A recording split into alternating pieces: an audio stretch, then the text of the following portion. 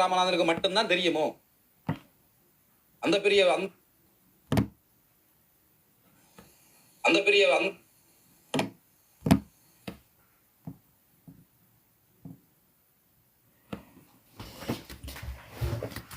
வணக்கம் உறவுகளே. இன்றைக்கு வழியால் மழை என்றபடியாக வேலை முடிஞ்சு வேலை வந்து கொஞ்சம் பிந்தி போச்சுது.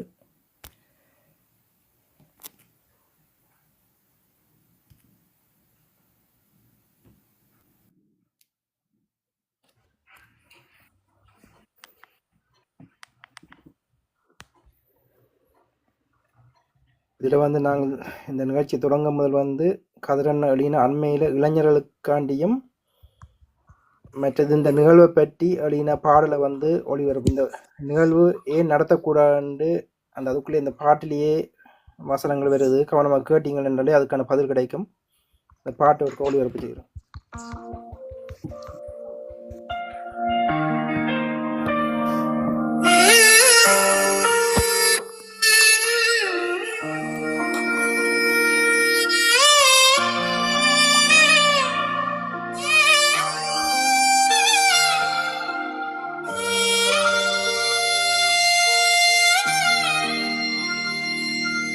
எங்கே இடையோ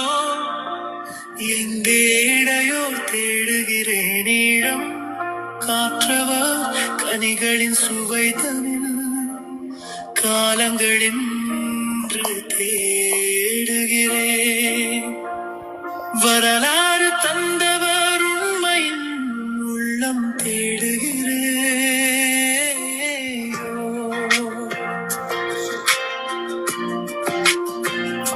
மழை வந்து அடிச்சு ஊற்றுவாங்க. அவர்கள் என்று கலங்குதே என் விழிகள்.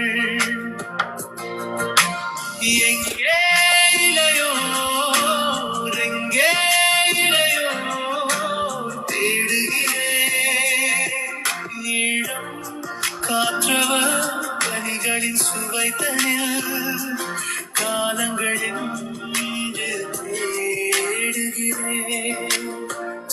வரலாறு தந்தவர் உண்மையின் உள்ளம் தேடுகிறேன்.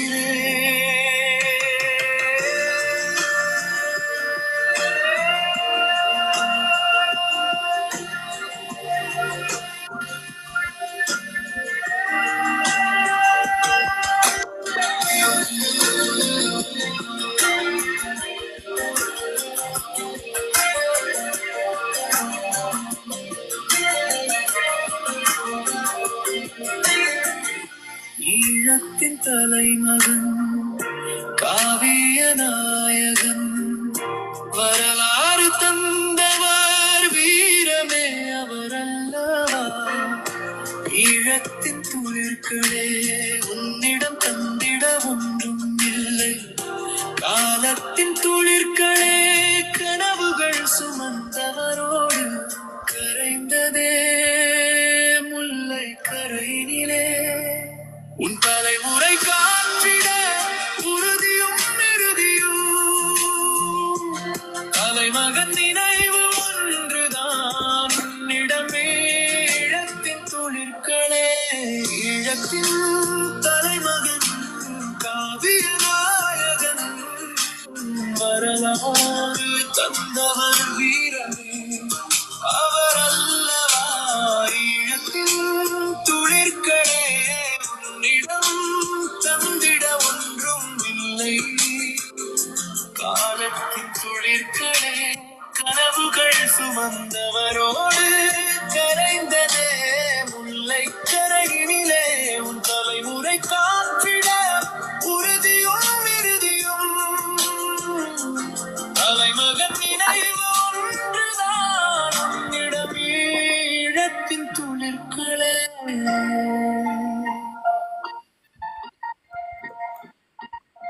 எங்கே இளையோர் எங்கே இளையோர் தேடுகிறேன்.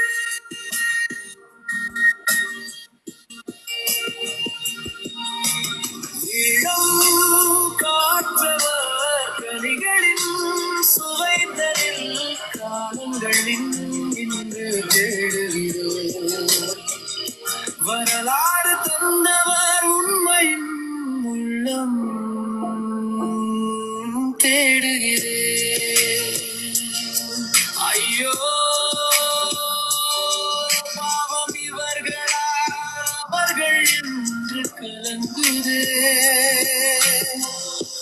என் விழிகள்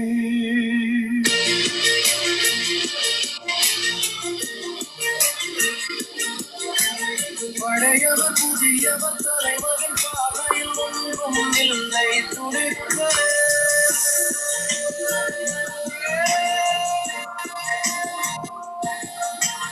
தலைமுறைக்கு முன்பதே தலைமையின் தத்துவம் புரிந்தெடுத்துளிருக்கிறது நினைவுகள் செய்திட இது நேரம் அல்ல நினைப்பவர் எல்லாம் நினைவு செய்துவிட தலைமை ஒன்றும் அவர்கள் உடமை அல்ல நீதான் என்று வாதிட இதுவல்ல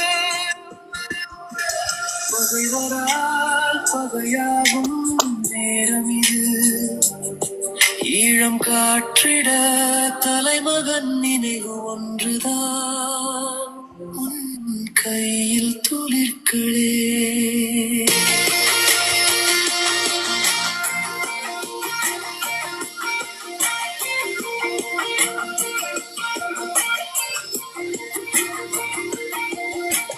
பழையவர் புதியவர் தலைமகன் பார்வையில் ஒன்றும் இல்லை துளிர்களே தலைமுறை காப்பதே தலைமையின் தத்துவம் புரிந்திடு துளிர்களே நினைவுகள் செய்திட இது நேரம் அல்ல நினைப்பவர் எல்லாம் நினைவு செய்துவிட தலைமை ஒன்றும் அவர்கள் உடமை அல்ல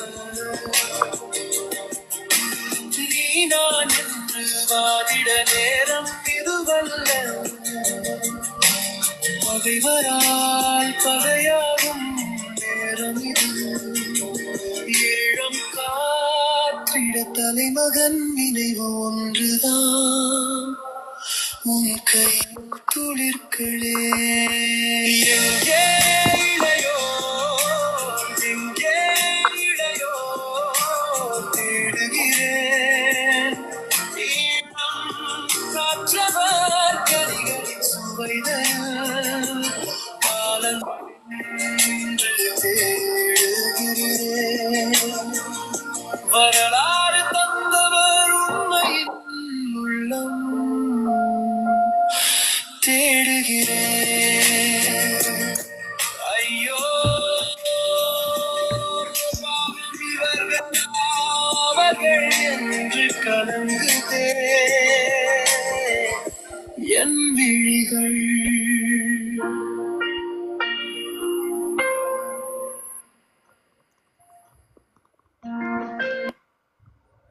வணக்கம் அனைவருக்கும். கொஞ்சம் லேட் ஆகிட்டது, ஏனென்றால் மழை வழியால் இன்றைக்கு நல்ல மழை, வேலையால் வந்து வீட்டை வேற சரியான ஸ்லோவாக தான் ஓடிக்கொண்டு வந்தது காரு. உங்களோட இடத்துக்கு கொஞ்சம் தள்ளியும் வந்து ஒரு ரயிலும் தடம் புரண்டு இருக்குது. உங்களுக்கு வெதர் வந்து இப்போ வந்து நல்ல நல்ல வெதர் இல்லை. என்னுடைய கொஞ்சம் சுமார் அரை மணி நேரத்துக்கிட்ட பிந்திட்டுது. நான் சொன்ன 10:30க்கு அரை மணி நேரம் கிட்டத்தட்ட அரை மணி நேரம் பிந்திட்டுது. மன்னிப்பை கேட்டுக்கொண்டு எங்களோட கடமையை தொடர்றதுக்கான இதை நிகழ்ச்சியை வந்து தொடருவோம். வணக்கம் கதிரண்ணா. வணக்கம் அப்பன். எப்படி இருக்கிறீங்க? இருக்கிறோம் அப்பன். இந்த இதில் பற்றி தான் இப்போ பேச்சுகள் போய்கொண்டிருக்குது எல்லா பக்கத்துலையும். நாங்களும் வந்து இதை வந்து இன்றைக்கு ஓரளவுக்கு நேற்று போட்ட லைஃப்ன்ற ஓரளவு இந்த ஆரம்ப கட்டத்தை வந்து அப்லோட் பண்ணக்கூடிய இருந்துச்சு. இப்போ இந்த வேலைக்கு நேரம் வந்தது. மற்ற ஒரு துயரமான சம்பவம் வந்து வீட்டில் நடந்த இந்த குடும்பத்தில் நடந்தபடியால் அதுக்குள்ளேயே வெள்ளனை வந்து அதுக்குள்ளேயே போயிருக்குது. அதான் இன்றைய நிகழ்வுக்கு முன் நாங்கள் உங்களுடைய மாமா அவர்களினுடைய குடும்பத்தார் அவர்களுக்கும் ஆழ்ந்த இரங்கலை நாங்கள் தெரிவித்து கொண்டு அவரினுடைய ஆத்மா இறைவன் பாதம் அடைய வேண்டும் என்று பிரார்த்தித்து கொண்டு நாங்கள் இன்றைய உரையாடலுக்குள் செல்வோம். எனக்கு வந்து நாங்கள் முதியோர் இல்லத்தில் இருந்தபடியாக இந்த இறப்பை வந்து நடுவிலும் பார்க்குற விடயமாக இருக்கிறபடியா ஓகே. எங்கள் அம்மா வந்து இந்த அழுது இந்த ஒவ்வொரு ஃபோனுகள் வந்து கொண்டு விட போன் வந்து கொண்டு தன் கொண்டு இருக்கும்போது கொஞ்சம் தான். மற்றபடி எங்களால் ஓரளவுக்கு எல்லாம் அடி வாங்கி இதண்டபடியா இல்லை இதாலையும் இதண்டபடியா நாங்கள் அதில் அந்த வடிவத்தில் வந்து ஏதோ என்ன பாக்கைக்கு வந்து கொஞ்சம் இந்த இதுகளில் கடந்து வந்துட்டோம் என்ற ஒரு தோட்டம் அளிச்சிச்சுது. ம். ஆமாண்ணா, இதில் வந்து நான் உங்கள்கிட்ட கேட்க வேண்டிய விடயம் என்ன காரணத்துக்காண்டி இப்போ வந்து இவ்வளோ நாளும் வந்து எத்தனை பேர் உங்கள்கிட்ட கேட்டிருப்பினம் படத்தை காட்டு கதிர் ரெண்டாயார் படத்தை காட்டுங்க இது அன்பு இதன்னைக்கு வந்து நாங்கள் ஆரம்பத்திலேருந்தே நீங்கள் என்னோட தொடர்பு கொண்டு ஆரம்பத்திலிருந்தே உங்களோட படத்தை காட்டி தான் நாங்கள் இதனால ஆனால் இவ்வளோ என்னால் வந்து எவ்வளோ தூரம் மறைக்க முடியுமோ அவ்வளோ மறைச்சி தான் உங்களோட படங்களை வந்து நான் வெளியிட்டு இருந்தேன். ஆனால் இப்போ வந்து நீங்கள் பார்த்துருந்தேன் நீங்கள் உங்களோட மொத்த ஓரளவுக்கு ஃபுல்லாக இதனாலே ஓரளவுக்கு முக்காசி தெரியத்தக்கனையா வந்து போட்டுருவீங்க. அதுக்கான காரணம் என்னன்னா? இல்லை, என்னென்னு சொன்னால் இன்றைக்கு வந்து இந்த பூனைகள் கொஞ்சம் அந்த வரிகள், சில பூனைகளுக்கு வந்து சில வரிகள் இருக்கும், அந்த கோடுகள் இருக்கும். அதுகள் நினைச்சு கொள்ளும் நாங்களும் புலிதான் அப்படி என்று சொல்லி. அப்போ இன்றைக்கு மக்களை வந்து எல்லாருமே குழப்பி வச்சிருக்கணும்.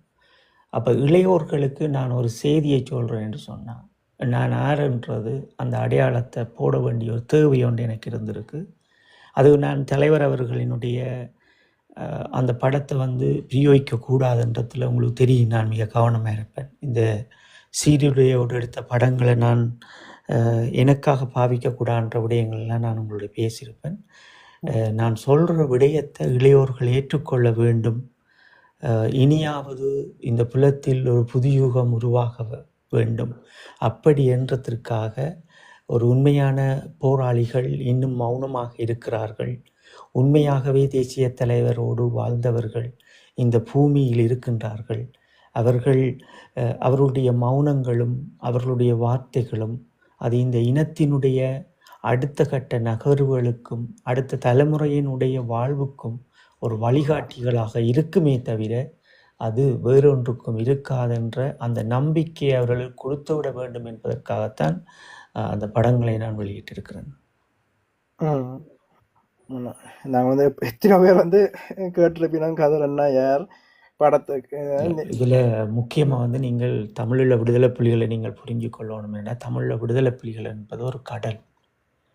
இப்போ நான் சிறையிலிருந்து வந்த பிறகு இந்த ஊடக பரப்புக்கு பிறகு நான் எந்த போராளிகளையும் நீ போராட்டத்தில் இருந்த நீரா அல்லது நீ இருக்கலை இதெல்லாம் நான் சொல்ல மாட்டேன். அவர்களுடைய செயல்பாடுகள் அதை நான் சொல்லியிருப்பேனே தவிர நேரடியாக நான் அந்த வார்த்தையை சொல்ல மாட்டேன். ஏன்னா அவர்களுக்கென்று பல அணிகள் பல கடமைகள் இருந்தது. இப்போ எங்களையெல்லாம் எடுத்துக்கொண்டிருந்தீங்கன்றால் அது தலைமைத்துவத்தோடு நெருங்கிய ஒரு அணியாக இருந்தது. அப்போ அது ஒரு குறிப்பிட்ட முக்கியமானவர்களுக்கு தெரிவதற்கும் சண்டை களங்களில் நின்றவர்களுக்கும் அந்த வாய்ப்புகள் இருக்கும்.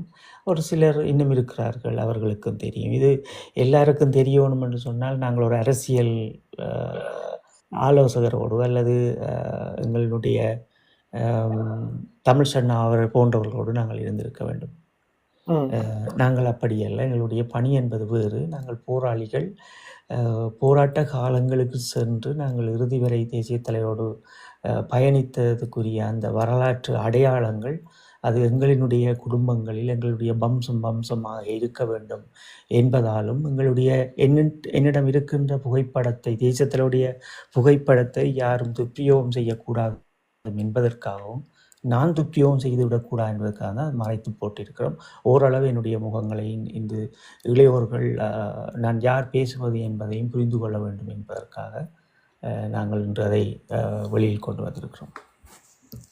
ஆமாண்ணா, இதில் வந்து வெளிநாடு இதன் அப்புறம் இப்போ வந்து நாங்கள் வந்து இதன்றதை வந்து இந்த இளைஞர்களுக்கு அடித்தான் எங்களோட அடுத்த ஜெனரேஷன் வந்து அவர்களுக்கு ஒரு நம்பிக்கை. மற்றது நாங்கள் பேசுறது வந்து உண்மையான விடயங்கள், நாங்கள் கதைக்கிற விடயங்கள் வந்து உண்மையான விடயங்கள் என்பது அவர்கள் இந்த மனதில் வந்து உண்மையை நிறைவிக்கிறதுக்கு நாங்கள் ஒருத்தருக்கு நிறைவிக்க இல்லை, ஆனால் அவர்களுக்கு அந்த நம்பிக்கையை கொடுக்கறதுக்காணித்தான் நாங்கள் இந்த படத்தை வந்து வெளியிட்டு இருக்கிறோம். அப்படித்தானே அண்ணா?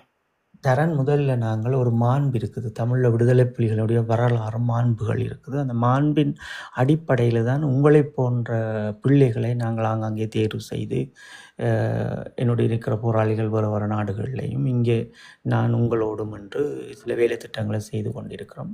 இந்த மாண்புகள் நீங்கள் முகம் காட்டி நீங்கள் என்னுடைய நிழலாக நீங்கள் நிற்கிறீர்கள். இப்போ அதுதான் தமிழ் விடுதலை புலிகளுடைய நடவடிக்கைகளாகவும் அவர்களுடைய மாண்புகளாகவும் இருந்தது. அப்போ நான் ஒருவரை நிறுத்துகிறேன், இது தேசிய தலைவரினுடைய விடயங்கள், இதுதான் உண்மைகள், இவர் ஊடாக நாங்கள் கடத்துகிறோம் என்பது இது ஒரு வரலாறு. இதுதான் அந்த தலைமுறைக்கு நாங்கள் கற்பிப்பது இளையோர்களுக்கு.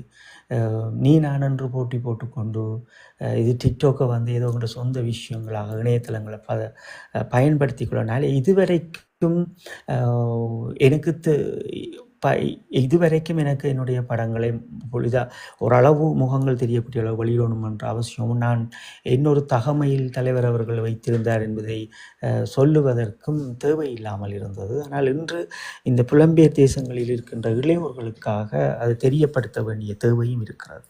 அவ்வளவுதான். அவர்களுக்கு ஒரு நம்பிக்கையாக இருக்கும். தங்களுடைய மாமனிதர், தங்களுடைய மேதகு அவர்கள் வளர்த்த நிழல்கள் இன்னும் மௌனமாக இருக்கிறார்கள். அவர்கள் ஏதோ ஒரு பணியை செய்து கொண்டிருக்கிறார்கள். அவர்கள் எங்களுக்கு என்ன கருத்துக்களை சொல்லுகின்றார்கள், அதை நாங்கள் கூர்மையாக கேட்டுக்கொள்வோம்.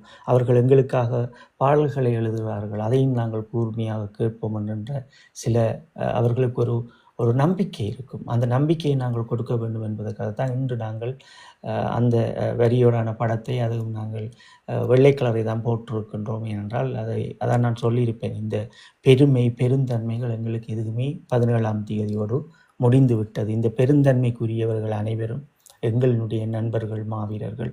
நாங்கள் ஒரு ஒரு ஈழத்தமிழர்களாக கதிர் என்னும் நானும் என் குடும்பமும் பயணித்து கொண்டிருக்கிறோம்.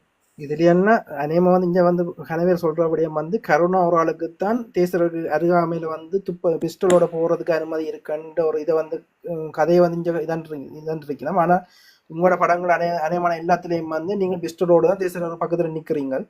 இது அப்படி இந்த இது வந்து எவ்வளவு தூரம் இவர்களுக்கு வெளிநாட்டுல இருந்து கடத்துற விடயங்கள் வந்து பொய்யாவில இருக்குல்ல? இல்லை, அது வந்து ஒவ்வொரு நடைமுறைகளாக இருக்கும். இப்போ படையணியை பொறுத்தளவில் வேறொரு விடயம் இருக்கும். இப்போ நாங்கள் ஒரு விசேட அணியாக நாங்கள் இருக்கின்ற போது அதற்குரிய நெருங்கிய அந்த உணர்வுகளும் நான் உங்களுக்கு அந்த உண்மையான படங்களை நீங்கள் பார்த்திருப்பீர்கள். அது தேசிய தலைவரினுடைய அந்த சந்திப்பு காலங்கள், அவர் மகிழ்கின்ற காலங்கள், அவரோடு நாங்கள் அந்த உலகத்திலேயே ஒரு மிக பெரும் அந்த நிமிடங்களை அனுபவிக்கின்ற விடயங்கள் எல்லாம் அது இருக்கும். அது எல்லோருக்கும் கிடைப்பதல்ல. அது எமக்கு அது அந்த யுகத்தில் அந்த மாமனிதரின் அருகில் நிற்பதும் அந்த மாமனிதரோடு கை சேர்த்து நின்றதும் எங்களுடைய வாழ்வை அவருக்காகவே, எங்களுடைய நண்பர்களுக்காக, எங்களுடைய மண்ணுக்காக அர்ப்பணித்த விடயங்களும் இருக்கிறது. அது 17ஆம் தேதியோடு அது முடிவடைந்து விட்டது.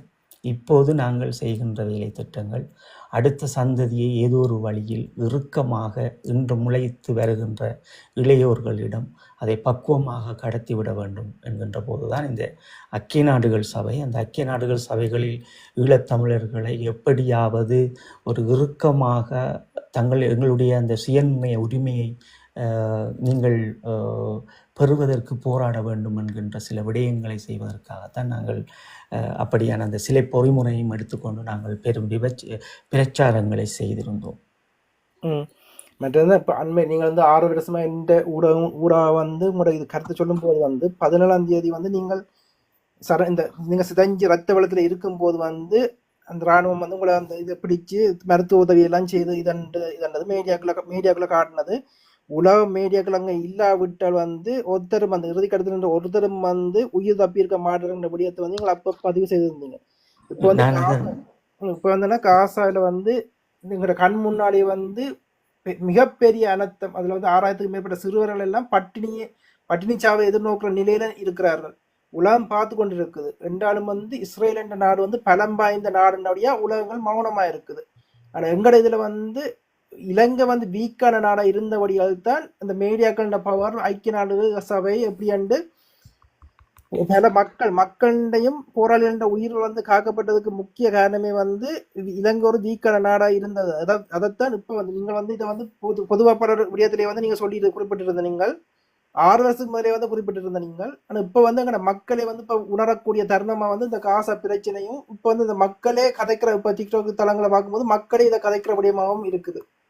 இப்போ இந்த உலகத்தில் இந்த உலகம் எப்படி என்று சொன்னால், ஒரு போர் நடக்கின்ற அந்த இடத்திலிருந்து மீளுகின்ற போராளிகளும் மீளுகின்ற மக்களும் அதுவும் இந்த போரோடு நின்றவர்களுக்குரிய மிக பெரும் ஒரு மகுடங்களும் மரியாதைகளும் ஐக்கிய நாடுகள் சபைகளில் இருக்கிறது. அதைத்தான் அந்த ஐக்கிய நாடுகள் சபைகளுக்குள் ஏதோ ஒரு வேலை செய்பவர்கள் எல்லாம் நாங்கள் பொது வேட்பாளருக்காக உரையாடுகின்ற போது அவர்கள் அந்த பதிவை அங்கே பதிவிட்டிருப்பார்கள். கதிரண்ணா, நீங்கள் உங்களுடைய குடும்பத்தோடு அவர்கள் உங்களுக்காக தந்த அந்த மரியாதையெல்லாம் அந்த இடத்தில் நாங்கள் கண்கொண்டே பார்த்தோம் என்று அதை அந்த இடத்தில் அவர் அதை உறுதிப்படுத்தியிருப்பார். அப்போ இதுதான் நிஜம். எங்களுடைய மக்களுக்கு அது புரிவதல்ல, அது உலகத்தினுடைய மக்களுக்கு புரியும் அது போர் என்றால் என்னவென்று.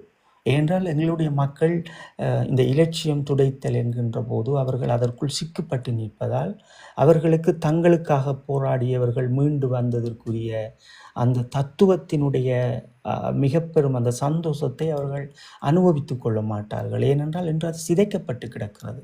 அப்போ இன்று போராளிகள் மக்களுக்குள் நின்று ஒரு சரியான காய் நகர்த்தலை நகர்த்தாமல் நீ நான் என்று தங்களுடைய இஷ்டங்களுக்கு சில விடயங்களை செய்து அந்த மாண்பை அந்த எங்களுடைய அந்த தேசியத்தினுடைய மிக பெரும் பிதாமகர் எங்களுடைய இராணுவ தந்தை அவர்களை வளர்த்து உருவாக்கிய அந்த விதத்தை இன்று சிதைத்து விட்டார்கள். அப்போ அதனால் அந்த போர்க்களமுனையிலிருந்து தப்பி வந்தவர்களையும் அந்த உயிரோடு இருக்கின்றவர்களையும் மக்கள் அதை பெரிதாக ஏற்றுக்கொள்ள மாட்டார்கள். எங்களினுடைய குடும்பத்தில் இருப்பவர்களும் எங்களுடைய அந்த கிராம மக்களும் அதை ஒரு மிக பெரும் கடவுள் பக்திகளாக அல்லது ஏதோ ஒரு இதாக இவருடைய மகன் வந்திருக்கிறார் என்ற பெருமையோடு பார்த்தார்கள் அன்று. அதே போன்று இந்த புலத்தில் இருக்கின்ற மக்களும் அதற்குரிய விடயங்கள். அதாவது அந்த அமெரிக்காவில் நாங்கள் பார்க்கின்ற போது ஒரு கிராமமே எரிகிறது, அங்கே ஒரு நாய் வருகிறது. அந்த நாயை அவர்கள் மீட்டெடுத்து அவர் அதில் சொல்கிறார், எனக்கு இந்த சொத்து போனாலும் பிரச்சனை இல்லை, வீடு போனாலும் பிரச்சனை இல்லை, தன்னுடைய கார் போனாலும் பிரச்சனை இல்லை, நீ மட்டும் உயிரோடு இருக்கிறே, எனக்கு எது போனாலும் பிரச்சனை. அப்போ அந்த அந்த ஜீவனுக்கு அந்த உயிரினத்துக்கு இந்த உலகம் கொடுக்கின்ற அந்த மரியாதைகளால் தான் அந்த இறுதி தருணத்தில் சிங்கள தேசத்தினாலும் இந்திய தேசத்தினாலும் எங்களுடைய மிகுதியான மக்கள் பக்குவப்படுத்தப்பட்டார்கள், முகாம்களுக்குள் அடைக்கப்பட்டார்கள், போராளிகள் மிகுதியானவர்கள் சிறைகளுக்குள்ளும் அடைக்கப்பட்டார்கள். அப்போ இந்த வரலாறுகள் புலத்தில் இருக்கின்ற இளையவர்களுக்கு சரியாக அது கடத்தப்படவில்லை, எங்களுடைய மக்களுக்கு அது தெளிவாக கடத்தப்படவில்லை. அதுதான் அந்த காய் நகர்த்தலின் முதலாவது விடுதலை புலிகளுடைய உறுப்பினர்களை பிரிக்கின்ற வேலையை இந்திய அரசாங்கம் இந்தியாவில் இருக்கின்ற ஒரு மொழியை, தமிழ்நாட்டு மொழியை பேசுகின்ற அரசியலோடு கொண்டு நிகழ்த்தி அங்கே பிரித்தார்கள் போராளிகளை. இந்த தமிழ் தேசியத்தை நான் தமிழர் என்று சொல்லப்படுகின்ற அந்த கட்சியையும் சீமானவர்களையும் ஏற்றால் தான் போராளி, ஏற்காதவர்கள் போராளி அல்ல, ஏற்கின்றவர்கள் தான் மக்கள், அவர்கள் மக்கள் இல்லை என்கின்ற ஒரு உளவியல் யுத்தியை அன்றைய அவர்கள் ஆரம்பித்திருந்தார்கள். இதை நான் சிறையிலிருந்து வந்த உடனே நான் எங்களுடைய மக்களுக்கு அதை தெரியப்படுத்தியிருந்தேன். என்றால் தேசிய தலைவர் இந்த கருணாவின் பிளவுக்கு பிறகு தொடர்ச்சியான இந்த இலட்சியம் துடைத்தல் என்கின்ற தலைப்பில் பல உரையாடல்களும் பல விடயங்களும் கற்பித்தபடியால் அதை ஏதேதோ ஒரு வகையில் நாங்கள் எங்கள் மக்கள் மத்தியில் கொண்டு போக வேண்டும் என்றுதான் பல முனைகளிலும் இருந்து எங்களுடைய அந்த வேலை திட்டங்களை நாங்கள் செய்திருந்தோம். சரி, இப்போ நாங்கள் இருக்கின்ற விடயங்கள், இன்று இளையோர்களுக்கு நாங்கள் எதை சொல்ல போகின்றோம் என்ற விடயங்களும் இங்கே சிதையுண்டு கிடக்கிறது. இதற்கெல்லாம் காரணம் நாங்கள் ஒருவர் மீது குறை சொல்லிவிட முடியாது. இப்போ நேற்று அந்த நண்பர் கேட்டது போல் படையணியில் இருந்த போராளிகளினுடைய பெயர்களை சொல்லுவதும், தங்களை ஒரு போராளியாக அடையாளப்படுத்தி நிற்கின்றவர்களை அவர் பேர் சொல்லி உண்மையான போராளிகள் களமுனை நின்ற பெரும் பெரும் தளபதிகளினுடைய பெயர்களை சொல்லி இவர்களெல்லாம் நிற்கிறார்கள் என்கின்ற அந்த வார்த்தையை அவர் சொல்லும்போது அந்த இடத்தில் நாங்கள் புரிய வேண்டும், எம்மை சுற்றி பல வேலை திட்டங்கள் நடந்து கொண்டிருக்கிறது. உலகப் பரப்பில் இலங்கை அரசாங்கம், இந்திய அரசாங்கம் எங்களை அழிப்பதற்கு நின்ற அனுசரணையாக நின்ற நாடுகள், இந்த வலிகளும் இந்த விழும்பியங்களும் ஈழத்தமிழர்களுக்கு புரிந்தால் அவர்கள் ஒரு பெரும் வரலாற்றை கட்டியமைப்பார்கள். அதில் முக்கியமாக நாங்கள் பார்க்கிறது என்னவென்றால், இந்த ஐக்கிய நாடுகள் சபைகளுக்குள்ளேயே எங்களுக்கான இந்த பொறிமுறையினுடைய திட்டங்களும் தமிழர்களினுடைய இந்த போர்க்குற்றங்களும் எத்தனை பேரால் அது அங்கே காய் நகர்த்தப்படுகிறது, அந்த காய் நகர்த்தலில் அது எத்தனை பேரால் அது அழிக்கப்படுகிறது என்பதையும் நாங்கள் கண்கொண்டு பார்த்திருக்கின்றோம். பல சதாப்தங்கள், இன்று 16 ஆண்டுகள் 2 சதாப்தங்களை தொடுகின்ற போதும் நாங்கள் திருந்தவில்லை, அல்லது இருக்கின்ற இளையோர்கள் வருகின்ற இளையோர்களுக்கு சரியாக இதை கற்றுக் கொடுக்கவில்லை என்பதால் நாங்கள் மீண்டும் ஒரு அரசியல் துறை போராளிகள் எடுத்து செய்ய வேண்டிய வேலையை ஒரு அணியினுடைய, ஒரு களமுனை போராளி, ஒரு அணியினுடைய ஒரு போராளியாக, அந்த அணியை நடத்துபவர்களாக இன்று நாங்கள் எங்கள் மக்களுக்கு இதை தொடர்ச்சியாக பேச வேண்டிய ஒரு தேவை இருக்கிறது. அந்த தேவையின் நிமித்தம் நாங்கள் பல வேலை திட்டங்களை ஒரு ஒளிபரப்புவாக, ஒரு ஒரு ஒரு வானொலியாக கூட நாங்கள் நடத்தி எங்களுடைய கருத்துக்களை கொண்டு செல்ல வேண்டிய தேவை இருக்கிறது. அது எங்களுடைய நேரங்களையும் காலங்களையும் பொறுத்து நாங்கள் இப்படி தொடர்ச்சியாக உரையாடிக்கொள்வோம். இதில் வந்து சங்கீதான் ஒரு இணைந்திருக்க ஒரு நபர் வந்து ஒரு கேள்வி கேட்டிருக்கு. வணக்கம் ஹோஸ்ட், நீங்கள் என்ன நினைக்கிறீங்களா? அவர்கிட்ட கேள்வி வந்து தெளிவாக இல்லை. என்னால் வந்து முந்தியண்டா இதில் கொமெண்ட் எழுதினா அதுக்கு கீழே பதில் எழுதக்கூடியதாக இருக்கும். இப்போ வந்து அது ஏதோ எழுத இல்லாத மாதிரி இருக்குது. அதாவது இந்த கேள்வியை வந்து நீங்கள் தெளிவாக கேட்டீங்கன்னா சங்கீதா, அதுக்கான பதிலை வந்து நாங்கள் தர முடியும். மற்ற நேற்று அந்த அந்த நண்பர் வந்து உங்கள்கிட்ட 3 பேர்கிட்ட பேரை கேட்டு இவர்களை தெரியுமா, ஏன் இவர்கள் இந்த இப்படி நிற்கிறார்கள் என்ற ஒரு கேள்வியை கேட்டிருந்தார். நீங்கள் வந்து அதுல வந்து அவர்களை தெரியுமா, எப்படி இதுல முக்கியமாக நீங்க ஒரு உங்களுக்கு நான் எப்பவும் சொல்றது போன்றுதான், நாங்கள் யாரையும் விமர்சனத்துக்கு உட்படுத்துறவர்களும் அல்ல, யாரையும் விமர்சிப்பவர்களும் அல்ல. எங்கே இந்த விமர்சனங்கள் தோண்டப்பட்டிருக்கிறது கதிராலும் தரனாலும் என்பதை எங்களுடைய மக்கள் மிக தெளிவாக புரிந்து கொள்ள வேண்டும்.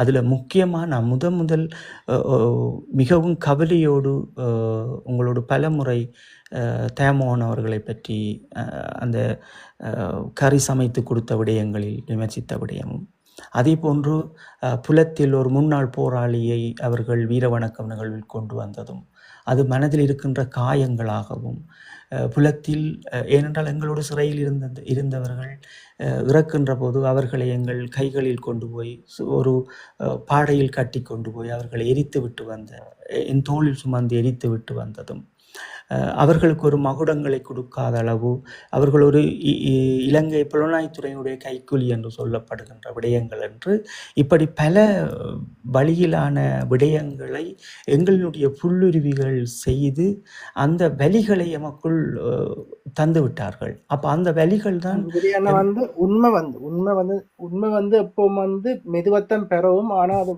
உண்மைதான் நிரந்தரமான ஒரு விடயமா இருக்கும். போலியல் வந்து எங்கள் மீது வந்து அவதூறுகளை பரப்பி கொண்டு இந்த உண்மையில வழியால விடாம தடுத்து கொண்டிருந்த போலியல் வந்து இப்ப மக்கள் மத்தியில வந்து நடுவலுமே அம்பலமாகிக்கொண்டே இருக்கிறார்கள். நாங்கள் இந்த விடயத்திலே, இந்த போலித்துவார விடயத்திலே வந்து நாங்கள் நாங்கள் வந்து அதுக்கு எதிராக வந்து கேஸ் கொடுக்கும் போது எங்களுக்கு தந்த தகவல் வந்து 4 வருஷத்துக்கு மேலே இந்த இது போகுது, இது ஒரே அணியா இருந்தாக்கள்லாம் இப்ப வந்து பிரச்சனை, இந்த பண பிரச்சனையால் வந்து பிரச்சனைப்படுகிறார்கள் என்ற விடயத்தை வந்து மக்கள் மத்தியில முதல் தடவை வந்து நாங்கள் கடத்தி இருந்தோம். நாங்கள் சொல்லி 6 மாதத்துக்குள்ளேயோ கிட்டத்தட்ட 1 வருஷத்துக்குள்ள வந்து SRF என்ற சுவிஸ் தொலைக்காட்சியை வந்து அறிவிச்சிருந்துக்குது. 7 வருஷத்துக்கு முதலே இந்த பிரச்சனை தொடங்கிட்டு, அந்த சுவிஸ்ல வந்து இந்த பணம் இந்த போலித்துவாரா வச்சு பணம் சேர்க்கிற வேலை வந்து 7 வருஷத்துக்கு முதலே தொடங்கின விடயத்தை வந்து இந்த இயற்கையாவே SRF தொலைக்காட்சி கூட வழியாச்சு. அப்ப நாங்க சொன்னோம், இப்ப வந்து IBCல வந்து போலித்துவாராவுக்கு எதிராக கதைக்கிற மாதிரி வெறுறவர்களும் ஒன்றா இருந்து பணம் சேர்த்த ஆக்கலன்ற விடயத்தை வந்து நாங்கள் அப்போ 2023ஆம் ஆண்டே சொல்லியிருந்தோம். இப்ப வந்து போலித்துவாரா இது வந்து எதிராக இருந்தது. இப்ப வந்து இவர்கள் வந்து நல்லவர்கள் அப்ப காட்டிக்கொண்டார்கள். இப்ப வந்து இவர்களே வந்து மாட்டிக்கொண்டு இவர்களோட உண்மையான முகம் வந்து அமலமாக இருக்கல. அண்ணா இல்லை, இது வந்து இயற்கையை தான் நாங்கள் அதான் சொல்லுவார் அண்ணன் எப்பவும் சொல்கிற விடயம் என்ன, எங்களுக்கு காலம் ஒரு நல்ல பாடங்களையும் நல்ல விடயங்களையும் கற்பிக்கும். இப்போ யார் அண்ணன் அண்ணன் வந்து அண்ணாவோட கதைச்சு கொண்டு இருக்கல அண்ணன் எப்படி சொல்லுவாருன்னு சொன்னால், ஒரு நல்ல பிள்ளைக்கு அவர்களுடைய பெற்றோர்கள் எதுவுமே சேர்த்து வைக்க தேவையில்லைன்னு சொல்லுவார். அவர் அந்த 2 வசனத்துக்குள் வந்து ஒரு பெரும் வரலாற்றை கொண்டு வருவார். இப்படித்தான் சொல்லுவார் அண்ணா வந்து, ஒரு நல்ல பிள்ளைக்கு எதற்கு நான் எல்லாம் சேர்த்து வைக்க வேணும், அதே போல் ஒரு கெட்ட பிள்ளைக்கு என்னத்துக்கு அதெல்லாம் சேர்த்து வச்சு என்ன பிரியோசனம் என்ற மாதிரி 2 வசனத்தில் உலக வரலாற்றை கொண்டு வருவார். ஒரு மனிதர்களினுடைய அடிப்படை வாழ்வியலை கொண்டு வருவார். அப்படி தான் அந்த போராளிகளை வந்து எப்படி நெறிப்படுத்தணும் என்ற விடயத்தில் நல்ல போராளிக்கு ஒரு நல்ல குடிமகனுக்கு, நீங்கள் நல்ல போராளி என்பதை விட ஒரு நல்ல தமிழ் குடிமகன், ஒரு ஈழத்தினுடைய குடிமகனுக்கு நாங்கள் எதையும் கற்பிக்க வேண்டிய அவசியம் அல்ல.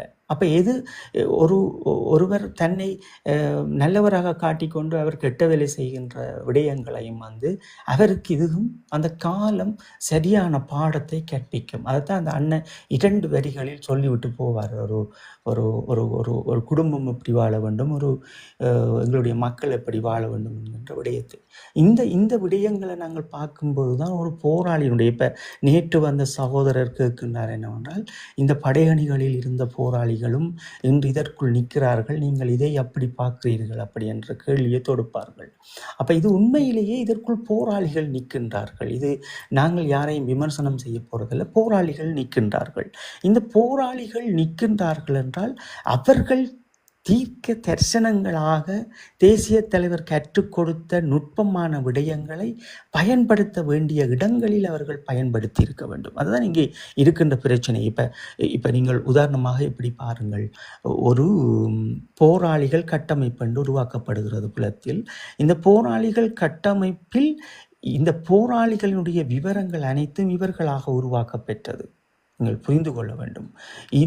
இந்த போராளிகள் என்று தங்களை அடையாளப்படுத்தி கொள்ளுகின்றவர்கள் தங்களை ஒரு போராளியாக எப்படி அடையாளப்படுத்த வேண்டும் என்று அதற்கு சோதனையான சில விஷயங்களையும் சோதனை கோர்த்து கொண்டு செய்ய வலிக்கிட்டார்கள். அதுதான் அந்த டிக்டாக்கினுடைய மாயங்கள், அந்த மாய கருத்துக்கள். இந்த மாய கருத்துக்களால் தான் எங்களுக்குள் இந்த சிதைவு ஏற்பட்டிருக்கிறது இந்த புலத்தில். அப்போ இவர்கள் ஒரு வரலாற்றையும் கடத்தியவர்கள். இப்போ நீங்கள் இப்படி பாருங்க, இவர் அந்த சகோதரர் கேட்டது போல் இவர் ஒரு தளபதியாக ஒரு படையணியினுடைய ஒரு முக்கிய பங்களிப்பை நடத்துனர்களாக செய்தவர்கள், ஒரு நிர்வாகத்தை கட்டமைத்தவர்கள் எல்லாரும் புலத்தில் வந்து எந்த நிர்வாகத்தை கட்டமைத்திருக்கிறார்கள் என்பதை மட்டும் நாங்கள் பார்ப்போம். வேறு ஒன்றுமே வேண்டாம். இங்கே இருக்கின்ற பிள்ளைகள் இங்கே பிறந்தவர்கள், ஒரு சிலர் தான் சிறு வயதில் உங்களைப் போல் வந்தவர்கள். அப்ப இங்க வந்து எப்படி இருக்கும் என்று சொன்னால், ஒரு மாவீரர் நிகழ்வு எப்படி நடத்தப்பட வேண்டும் என்ற வரலாற்றினை இவர்கள் கற்றுக் கொடுக்கவில்லை. அது எல்லா அமைப்பையும் சுட்டி காட்ட முடியும். தமிழீழ விடுதலை புலிகளோடு இருந்த அமைப்புகள் ஆக இருந்தாலும் சரி, விடுதலை புலிகளினுடைய பங்காளியாக இருந்து கொண்டு தங்களை வலம் வந்தவர்களும், விடுதலை புலிகளினுடைய அமைப்பென்று கையகத்தப்படுபவர்களும், அவர்களுடைய பிடாமிகளாக அவர்களுடைய சொத்துக்களை அபகரித்தவர்களும் இந்த வரலாற்றை இந்த சிறார்களுக்கு கடத்தவில்லை. இதுதான் இங்கே இருக்கின்ற முக்கியமான பிரச்சனை.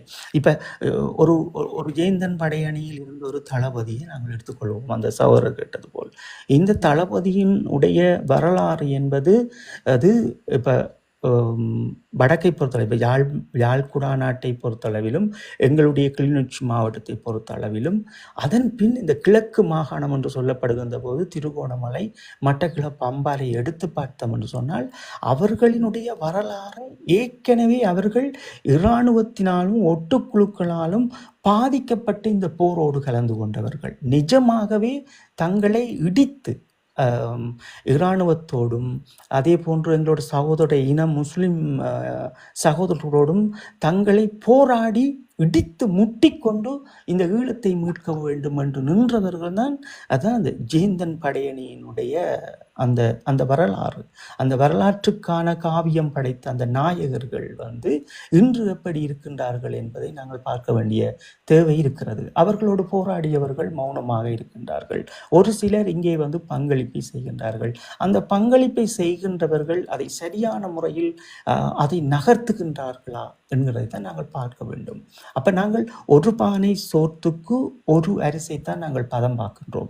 அப்போ இந்த ஜேந்தன் படையணியினுடைய தளபதியாக இருந்தவர் ஒரு கிளிநொச்சி மாவட்டத்தில் இருந்த ஒரு தளபதி, ஒரு கிளிநொச்சி மாவட்டத்தில் பிறந்து வளர்ந்த ஒரு ஒரு அணியினுடைய பொறுப்பாளர், ஒரு யாழ் மாவட்டத்தில் இருந்த ஒரு அரசியல் துறையினுடைய பொறுப்பாளர், ஒரு விளையாட்டு கழகத்தினுடைய பொறுப்பாளர், ஒரு பைப்பகத்தினுடைய பொறுப்பாளர், ஒரு நிதர்சனத்தினுடைய பொறுப்பாளர் என்ற வரலாறுகளை கடந்தால் அதுகளையெல்லாம் பார்த்தீர்கள் என்றால் இந்த போரின் முக்கியமாக இடித்து நொறுக்கி கொண்டு நின்றவர்கள் இந்த ஜேந்தன் படையணியில் இருந்த போராளிகள்.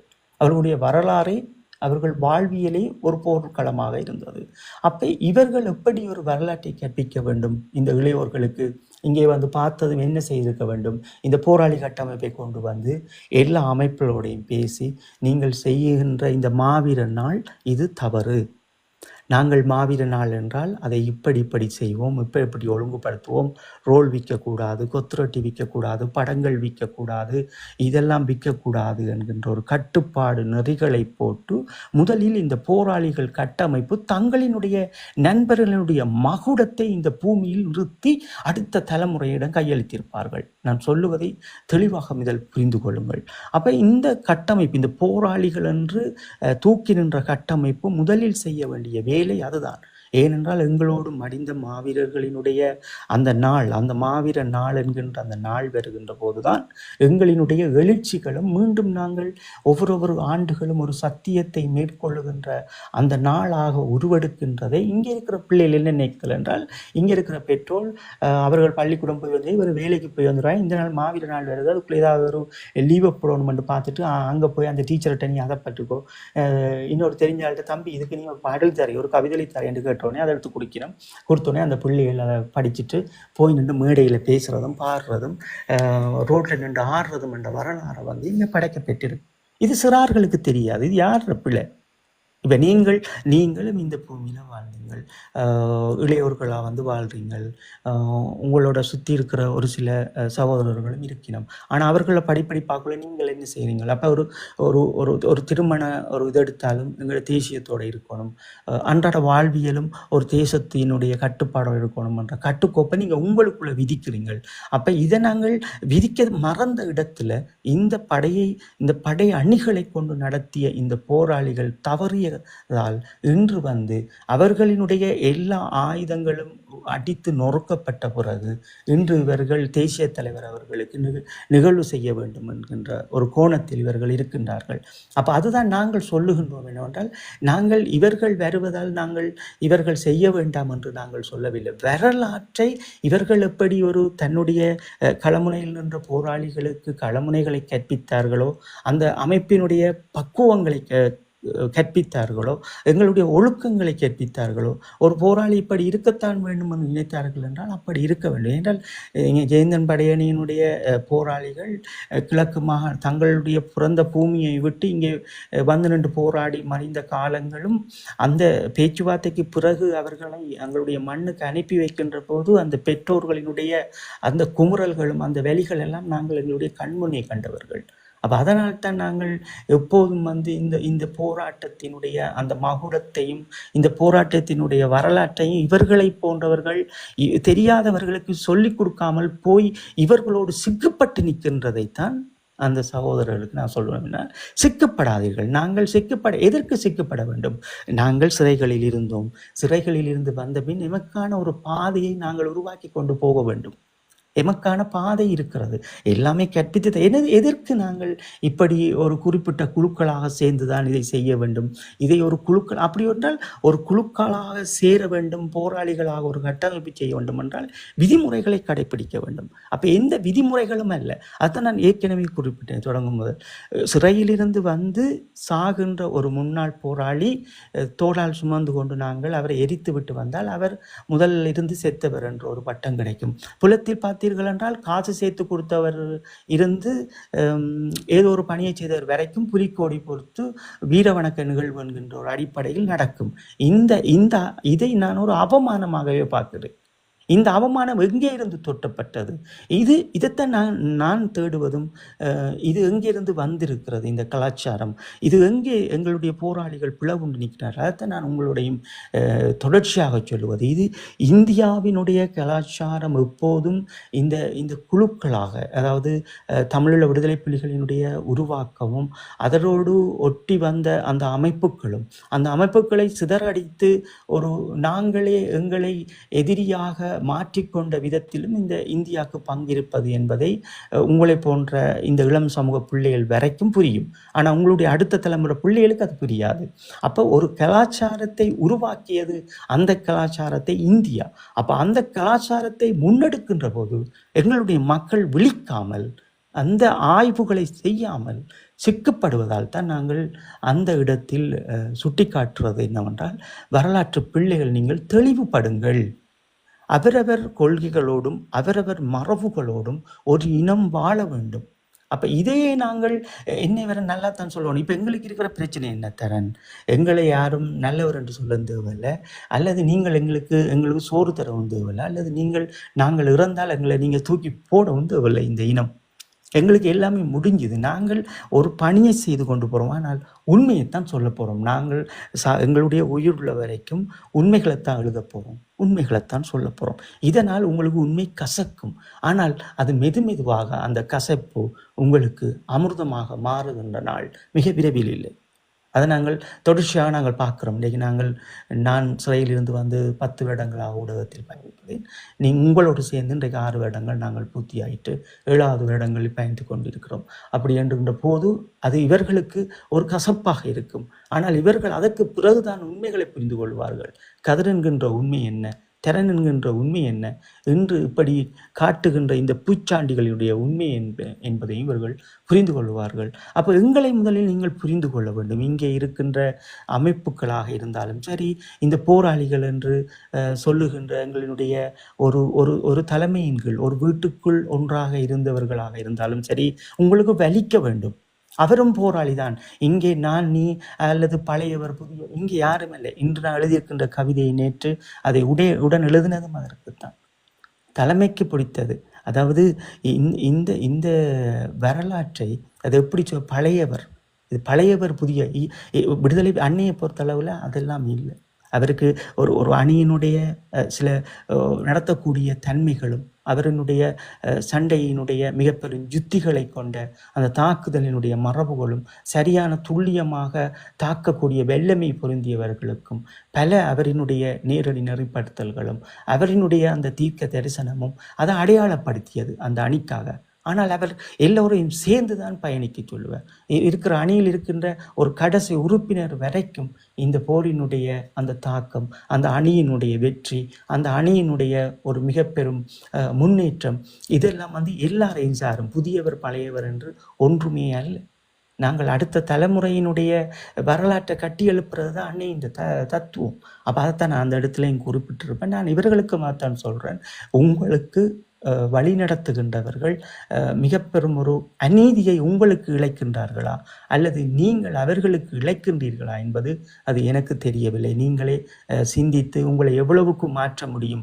ஒரு மாவீர நாள் நிகழ்வு வருது என்றால் ஒரு நாள் சாப்பிடாம போங்க. ஒரு நாள் நீங்கள் சாப்பிடாட்டி ஒரு நாளில் நாங்கள் இறப்போமா? இல்லை. அந்த மாவீர நாளுக்கு இப்போ என்னத்துக்கு அங்கே இதுதான் இங்கே இருக்கிற வலி. என்ன மிகவும் சிதைத்த வலி என்றால், என்னுடைய கைகளாலேயே என்னுடைய சகோதரி தமிழினி, மற்றவர்களோட பேர் நான் சொல்ல விரும்பவில்லை, அவருடைய குடும்பங்களுடைய அனுமதி எனக்கு அல்ல. ஆனால் தமிழினி சகோதரியினுடைய வாழ்வியலை பொறுத்தளவில் எங்களுடைய வாழ்வு, எங்களுடைய போராட்ட களமுனைகள், நாங்கள் ஒரு நீண்ட நெடுங்காலம் இருந்தபடியால், அந்த குடும்பத்தோடும் இருந்தபடியால் எங்களுடைய மண்ணில் நாங்கள் அதை எடுத்துக்கொண்டால் அதை என்னுடைய குடும்பமாக அதை நான் அவர்களோடு உரையாடுவதற்கு எனக்கு அனுமதி இருக்கிறது. அதனால் நான் சகோதரியுடைய பேரை சொல்லுகின்றேன். அப்போ இப்படியான மறவர்கள் அங்கே போராடியவர்கள் கொண்டு போய் எரித்து வந்த பிறகு அவர்கள் அப்படியே மௌனமாக்கப்பட்டார்கள்.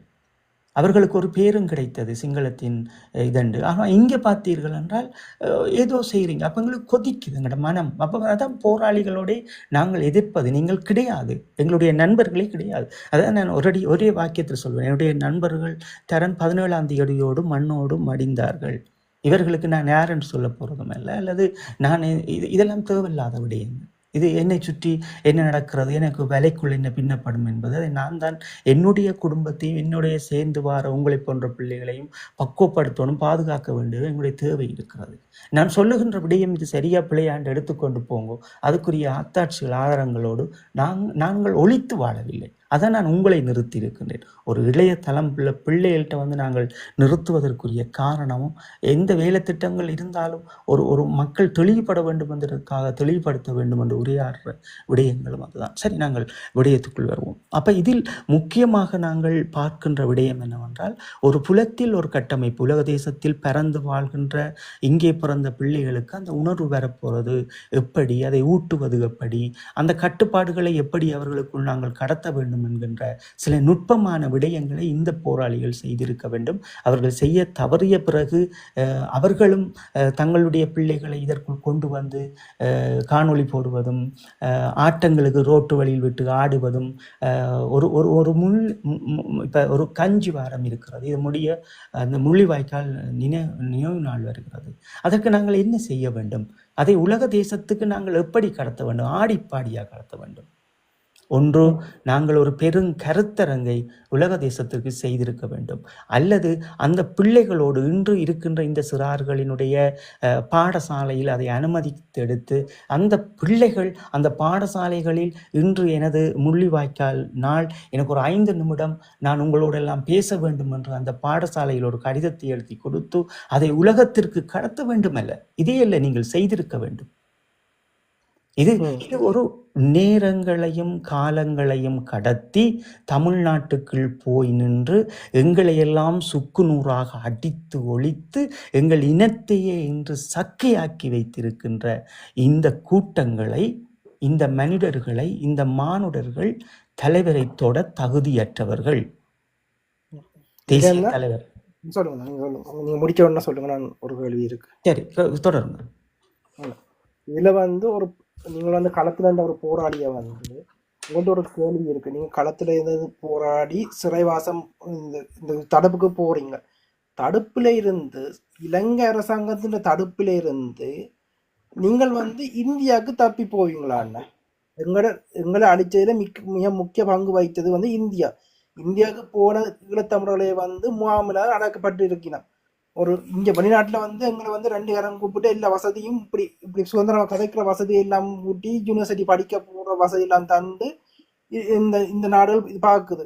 ஆனா பக்கத்து நாடான இந்தியா எங்களோட மக்களை வரவேற்காமல் அகதிகளாகவும் அவமானப்படுத்துற வேலையிலையும் தொடர்ந்து இந்தியா செய்து கொண்டு இருக்கும் போது, இங்க அஞ்சலி நடத்த இருக்கிறன்னு சொல்ற போராளிகள் எங்களுக்கு வடிவா தெரியும். அவர்கள் களமுனையில அவர்கள் ஒருத்தருமே இருக்கவில்லை என்று அது வேற கதை. மக்கள புரிதலுக்காண்டு இந்த கேள்வி ஒரு போராளியா இருந்தவர்கள் தப்பி தாய்லாந்து, மலேசியா பக்கம் போவார்களா, அல்லது இந்தியா பக்கத்துல எங்களை அழிச்ச இந்தியாவுக்கு தப்பி போய் அங்க இருந்து இங்க பத்திரமா அனுப்பி வைக்கப்பட்ட விடயங்கள் இப்படி ஒரு ஈழத்தமிழரா இருக்கிறவர்கள் இந்தியாங்களை காப்பாற்ற நம்பிக்கையில போவார்களா? ஒரு போராட்டத்துல இருந்தவர்கள் இப்பவே சிறப்பு மாமூல போராளிகள் சும்மா சொல்லியே பல பேரை அடைச்சி வச்சிருக்கிறாங்க. அப்படி இருக்கும் போது உண்மையான போராளிகள் அங்க தப்பி போனால் இந்தியா எப்படி ட்ரீட் பண்ணும்? அவர்கள் எப்படி உடனே இங்க வெளிநாட்டுக்கு வர முடியும்? தரன், இது நாங்கள் ஒரு போராளிகையை நாங்களே விமர்சிக்க முடியாது. ஆனால் உங்களுடைய கேள்விகளினுடைய உண்மைகளுக்காக மட்டும் நான் யாரையும் விமர்சிக்காமல் உங்களுக்கு பொதுவாக எங்களுடைய தலைமகர் அவர்களோடு அவரினுடைய அமைப்போடு பயணித்தவர்களை நான் சொல்கின்றேன். என்றால் அதுக்கு மேல ஒரு கேள்வி என்ன, இலங்கை ராணுவம் திட்டமிட்டு இந்த போரை நடத்தி போராளிகளை தடுப்புக்குள்ள கொண்டு வருது. ஆனா இவர்கள் சொல்றாங்க இவர்கள் மட்டும், இந்த வெளிநாட்டுல இருக்கிற இவர்கள் மட்டும்தான் தடுப்புல இருந்து தப்பி வெளிநாட்டுக்கு இந்தியாவுக்கு போய் வெளிநாட்டுக்கு இருக்கிறாங்க. இவர்கள் மட்டும்தான் தடுப்புல இருந்து தப்பி இருக்கிறாங்க. தடுப்புல இருந்து யாராவது தப்ப முடியுமான்னு அந்த உங்களுக்கு நான் இந்த ரெண்டு விஷயங்களை உங்களுக்கு நான் கிளியர் படுத்துகிறேன். முதலாவது, இந்தியாவில் போயிட்டு இருந்துட்டு வந்த போராளிகளை நாங்கள் விமர்சனத்துக்கு உள்ளாக்குவதோ அல்லது அவர்களை விமர்சிப்பதோ எங்களுக்குரிய நேரம் இது அல்ல. ஆனால் உங்களை போன்று சிலர் கூறிய அந்த விளங்கிக் கொள்ள வேண்டும் என்னவென்றால், இந்த இந்தியா என்பதும் இந்தியாவினுடைய கலாச்சாரமும் அவர்களுடைய செயல்பாடும் என்பது அது எங்களினுடைய தலைமகன் அவர்களுக்கும் அவர்களுடைய அமைப்புக்கும் எப்போதும் அது தடையாகவே இருந்திருக்கிறது. அப்போ அங்கே நாங்கள் போயிட்டு அங்கே இருந்து கொண்டு அதை நாங்கள் வரலாற்றை கடத்த போகிறோம் அல்லது நாங்கள் இந்த விடயத்திற்காக நாங்கள் சென்றோம், இதை செய்ய போகிறோம் என்று சொல்லுவது அத்தனையுமே அது உண்மை கிடையாது. ஒரு காலத்தில் எங்களுடைய மூத்த தளபதிகள் கிட்டண்ணா போன்றவர்களோடு பயணித்தவர்கள் இருக்கின்றார்கள். அதற்கு பின் குட்டி அண்ணா அவர்களோடு பயணித்தவர்களும் இருக்கின்றார்கள். அப்போ குட்டி அண்ணா அவர்களை நாங்கள் என்ன நடந்தது என்பதும் அதற்குரிய விளக்கமும் நாங்கள் தொடர்ச்சியாக அவரை தேடிக்கொண்டு ஆய்வுகளையும் செய்து கொண்டிருக்கின்றோம்.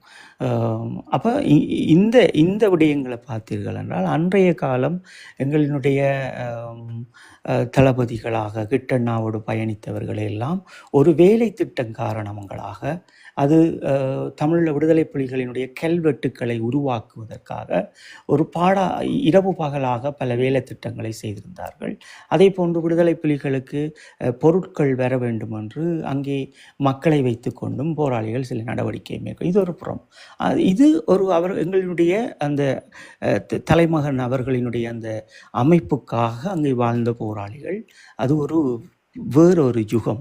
ஆனால் இந்த போர் முடிந்த பிறகு நாங்கள் அங்கே இருந்தோம், எங்களை அவர்கள் பக்குவப்படுத்தினால் அனுப்பினார்கள் என்பதெல்லாம் இது அவர்களுடைய சொந்த விடயங்கள். நாங்கள் அது எந்த போராளியும் ஏற்றுக்கொள்ள மாட்டேன். ஏன்னா இப்போ என்னை பொறுத்தளவில் நான் இந்தியாவையும் இலங்கையினுடைய இராணுவத்தையும் நான் ஒன்றைத்தான் பார்க்குறேன்.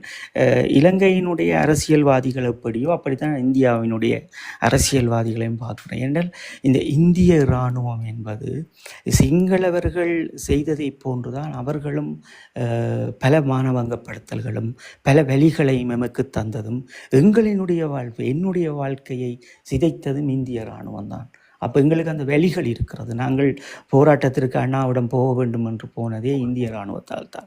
அப்போ இதுகளத்தில் நாங்கள் சொல்லணும். எனக்கு இந்தியாவை பிடிக்காது. நான் தொடர்ச்சியாகவே உங்களுக்கு சொல்லுவது, நான் இந்தியாவுக்கு கால் வைக்க போகிறதும் கிடையாது. இந்தியாவில் இருக்க எனக்கு பிடிக்கவும் போகிறது கிடையாது. என்றால் எங்களுடைய அந்த மாற்று இயக்கங்களை உருவாக்கி தங்கள் வசம் திருப்பி எங்களுக்கு எதிராக, எங்களுடைய போராட்டத்துக்கு எதிராக இன்று வரை இந்த உலகத்திலேயே தமிழர்களுக்கு ஒரு வாழ்வை கொடுக்க வேண்டும், அடுத்த தலைமுறைக்கென்று தன் வாழ்வை தந்த தேசிய தலைவர் அவர்களை எவ்வளவுக்கு வேண்டுமானாலும் அவமானப்படுத்துகின்ற அந்த நாடும் அபகரிக்கின்ற அந்த நாட்டையும் எனக்கு பிடிக்க போகிறதும் அல்ல.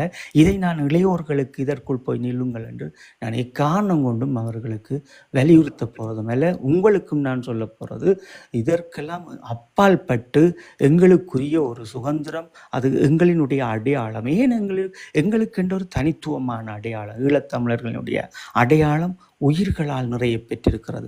எங்களுடைய கலாச்சாரம் உயிர்களால் நிறைய பெற்றிருக்கிறது என்கின்ற அந்த உண்மையான தத்துவத்தை அடுத்த தலைமுறையிடம் நீங்கள் கடத்த வேண்டும் என்கின்ற விடயத்தை நாங்கள் இந்த நேரத்தில் பகிர்ந்து கொள்கின்றோம் உங்களோடு.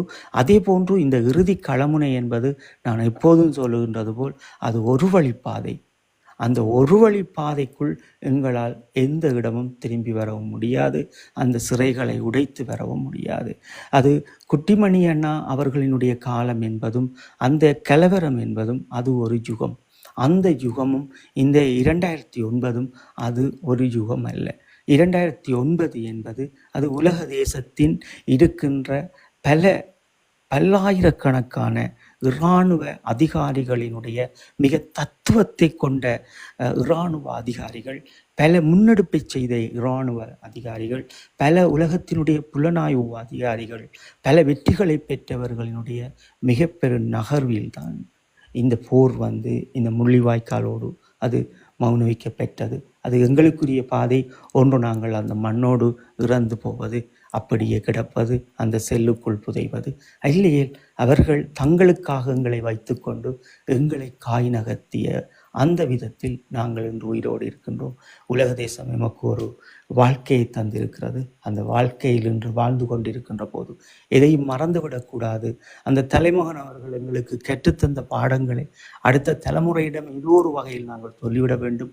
அவர்களுக்கு ஒரு சாட்சியமாகவாது நாங்கள் இருந்து எங்களுடைய அடுத்த தலைமுறையினுடைய அந்த சங்கிலியை இவர்களிடம் கையளித்திட வேண்டும். என்றால் ஈழத்தில் நீங்கள் பார்த்தீர்கள் என்றால் அது ஒரு தங்கள் அறியாதபடியே தங்களுக்குள் இருந்து ஒரு எழுச்சி வரும். அந்த காலம் வரை இவர்கள் பொறுத்திருக்காமல் இங்கே அவர்கள் ஒரு அணியை உருவாக்க வேண்டும், ஒரு அரசியலை உருவாக்க வேண்டும், ஒரு அழகான ஈழத்தமிழன் என்கின்ற போது அந்த மாண்புகளை உருவாக்க வேண்டும்.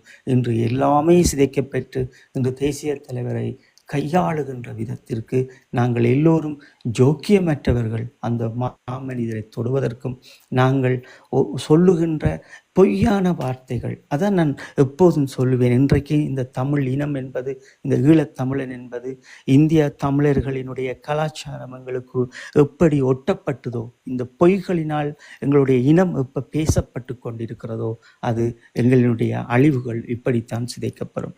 நாங்கள் உண்மைகளை பேசினோம் என்றால் எங்களுடைய இனம், எங்களுடைய மடிந்த மாவீரர் எங்களுக்கு பின்னுக்கு நிற்க போகின்றார்கள். அவர்களுக்காக நாங்கள் வாழப்போகின்றோம். பொய்களை பேசி பேசி பேசி பேசி அதை ஒரு தத்துவமாக கொண்டு, பொய்களை பேசி பேசி தங்களை ஒரு அதிகாரிகளாக காட்டிக்கொண்டு, பொய்களை பேசி பேசி தங்களை ஒரு பட்டதாரியாக காட்டிக்கொண்டு இந்த இனம் பலம் பெறுவதும், தன்னுடைய இனத்தை வைத்தே விற்று ஒரு ஊடகத்தாலேயே வாழ்கின்ற வாழ்க்கையும் நாங்கள் இந்த சமூகத்தில் என்று 10 ஆண்டுகளுக்கு மேல் என்று பார்த்து கொண்டிருக்கின்றோம். இதையும் கடந்து நாங்கள் எங்களுடைய இளைய சமூகத்திற்கு தேசிய தலைவர் இதுதான், அவரினுடைய கொள்கை இதுதான், அவருடைய மாண்புகள் இதுதான் என்பதை சொல்ல வந்திருக்கின்றோமே தவிர யாரையும் எதற்கும் நாங்கள் குறை கூறப் போவதும் அல்ல. அவர்களின் வாழ்வியலை நாங்கள் பிடித்து நீ யார் நீ எவர் என்று நாங்கள் பார்க்க போறதும் அல்ல. அந்த நேரங்கள் எமக்கு கிடையாது. நாங்கள் ஒரு வேலை திட்டங்களை செய்கின்றோம்.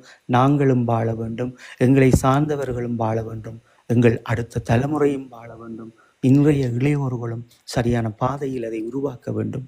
ஏதோ ஒரு பணியை இந்த உலகத்தில் இருந்து எங்கே ஒரு மூலையிலிருந்து நாங்கள் எப்படி தொடர்ந்தோமோ இருவரும் அது பலராகி இன்று அது அப்படியே சுற்றி இன்று பல்லாயிரமாக ஆகின்ற போது நாங்கள் யார் என்பதும், எங்களுடைய கல்விகளை கற்று அமர்கின்ற போது எங்களுடைய நண்பர்களுடைய பிள்ளைகளுக்கு ஒரு நல்ல வாழ்வை நாங்கள் அமைக்கின்ற போதும், அவர்களே எம்மை பற்றி பேசுகின்ற போது இந்த இனம், இந்த இளையோர்கள் அன்று எம்மை புரிந்து கொள்வார்கள். அதுவரை நாங்களும் பொறுமையாக இருப்போம். இதில் வந்து ஒன்றுமொரு இது கேள்வி, அந்த டிக்டாக் இதுகளை வந்து பார்க்கும்போது என்னட்ட எனக்கு மிகவும் கோபத்தை உருவாக்குற ஒரு கேள்வியாக அதுவும் எங்களோட அமைப்புகள்னு சொல்லி கொண்டிருக்க ஒரு இந்த இப்போ 2 அமைப்புக்குள்ளான இப்போ பெரிய இதாக டிக்டாக் தளங்கள்லேயே வாக்குவாதம் போகுது.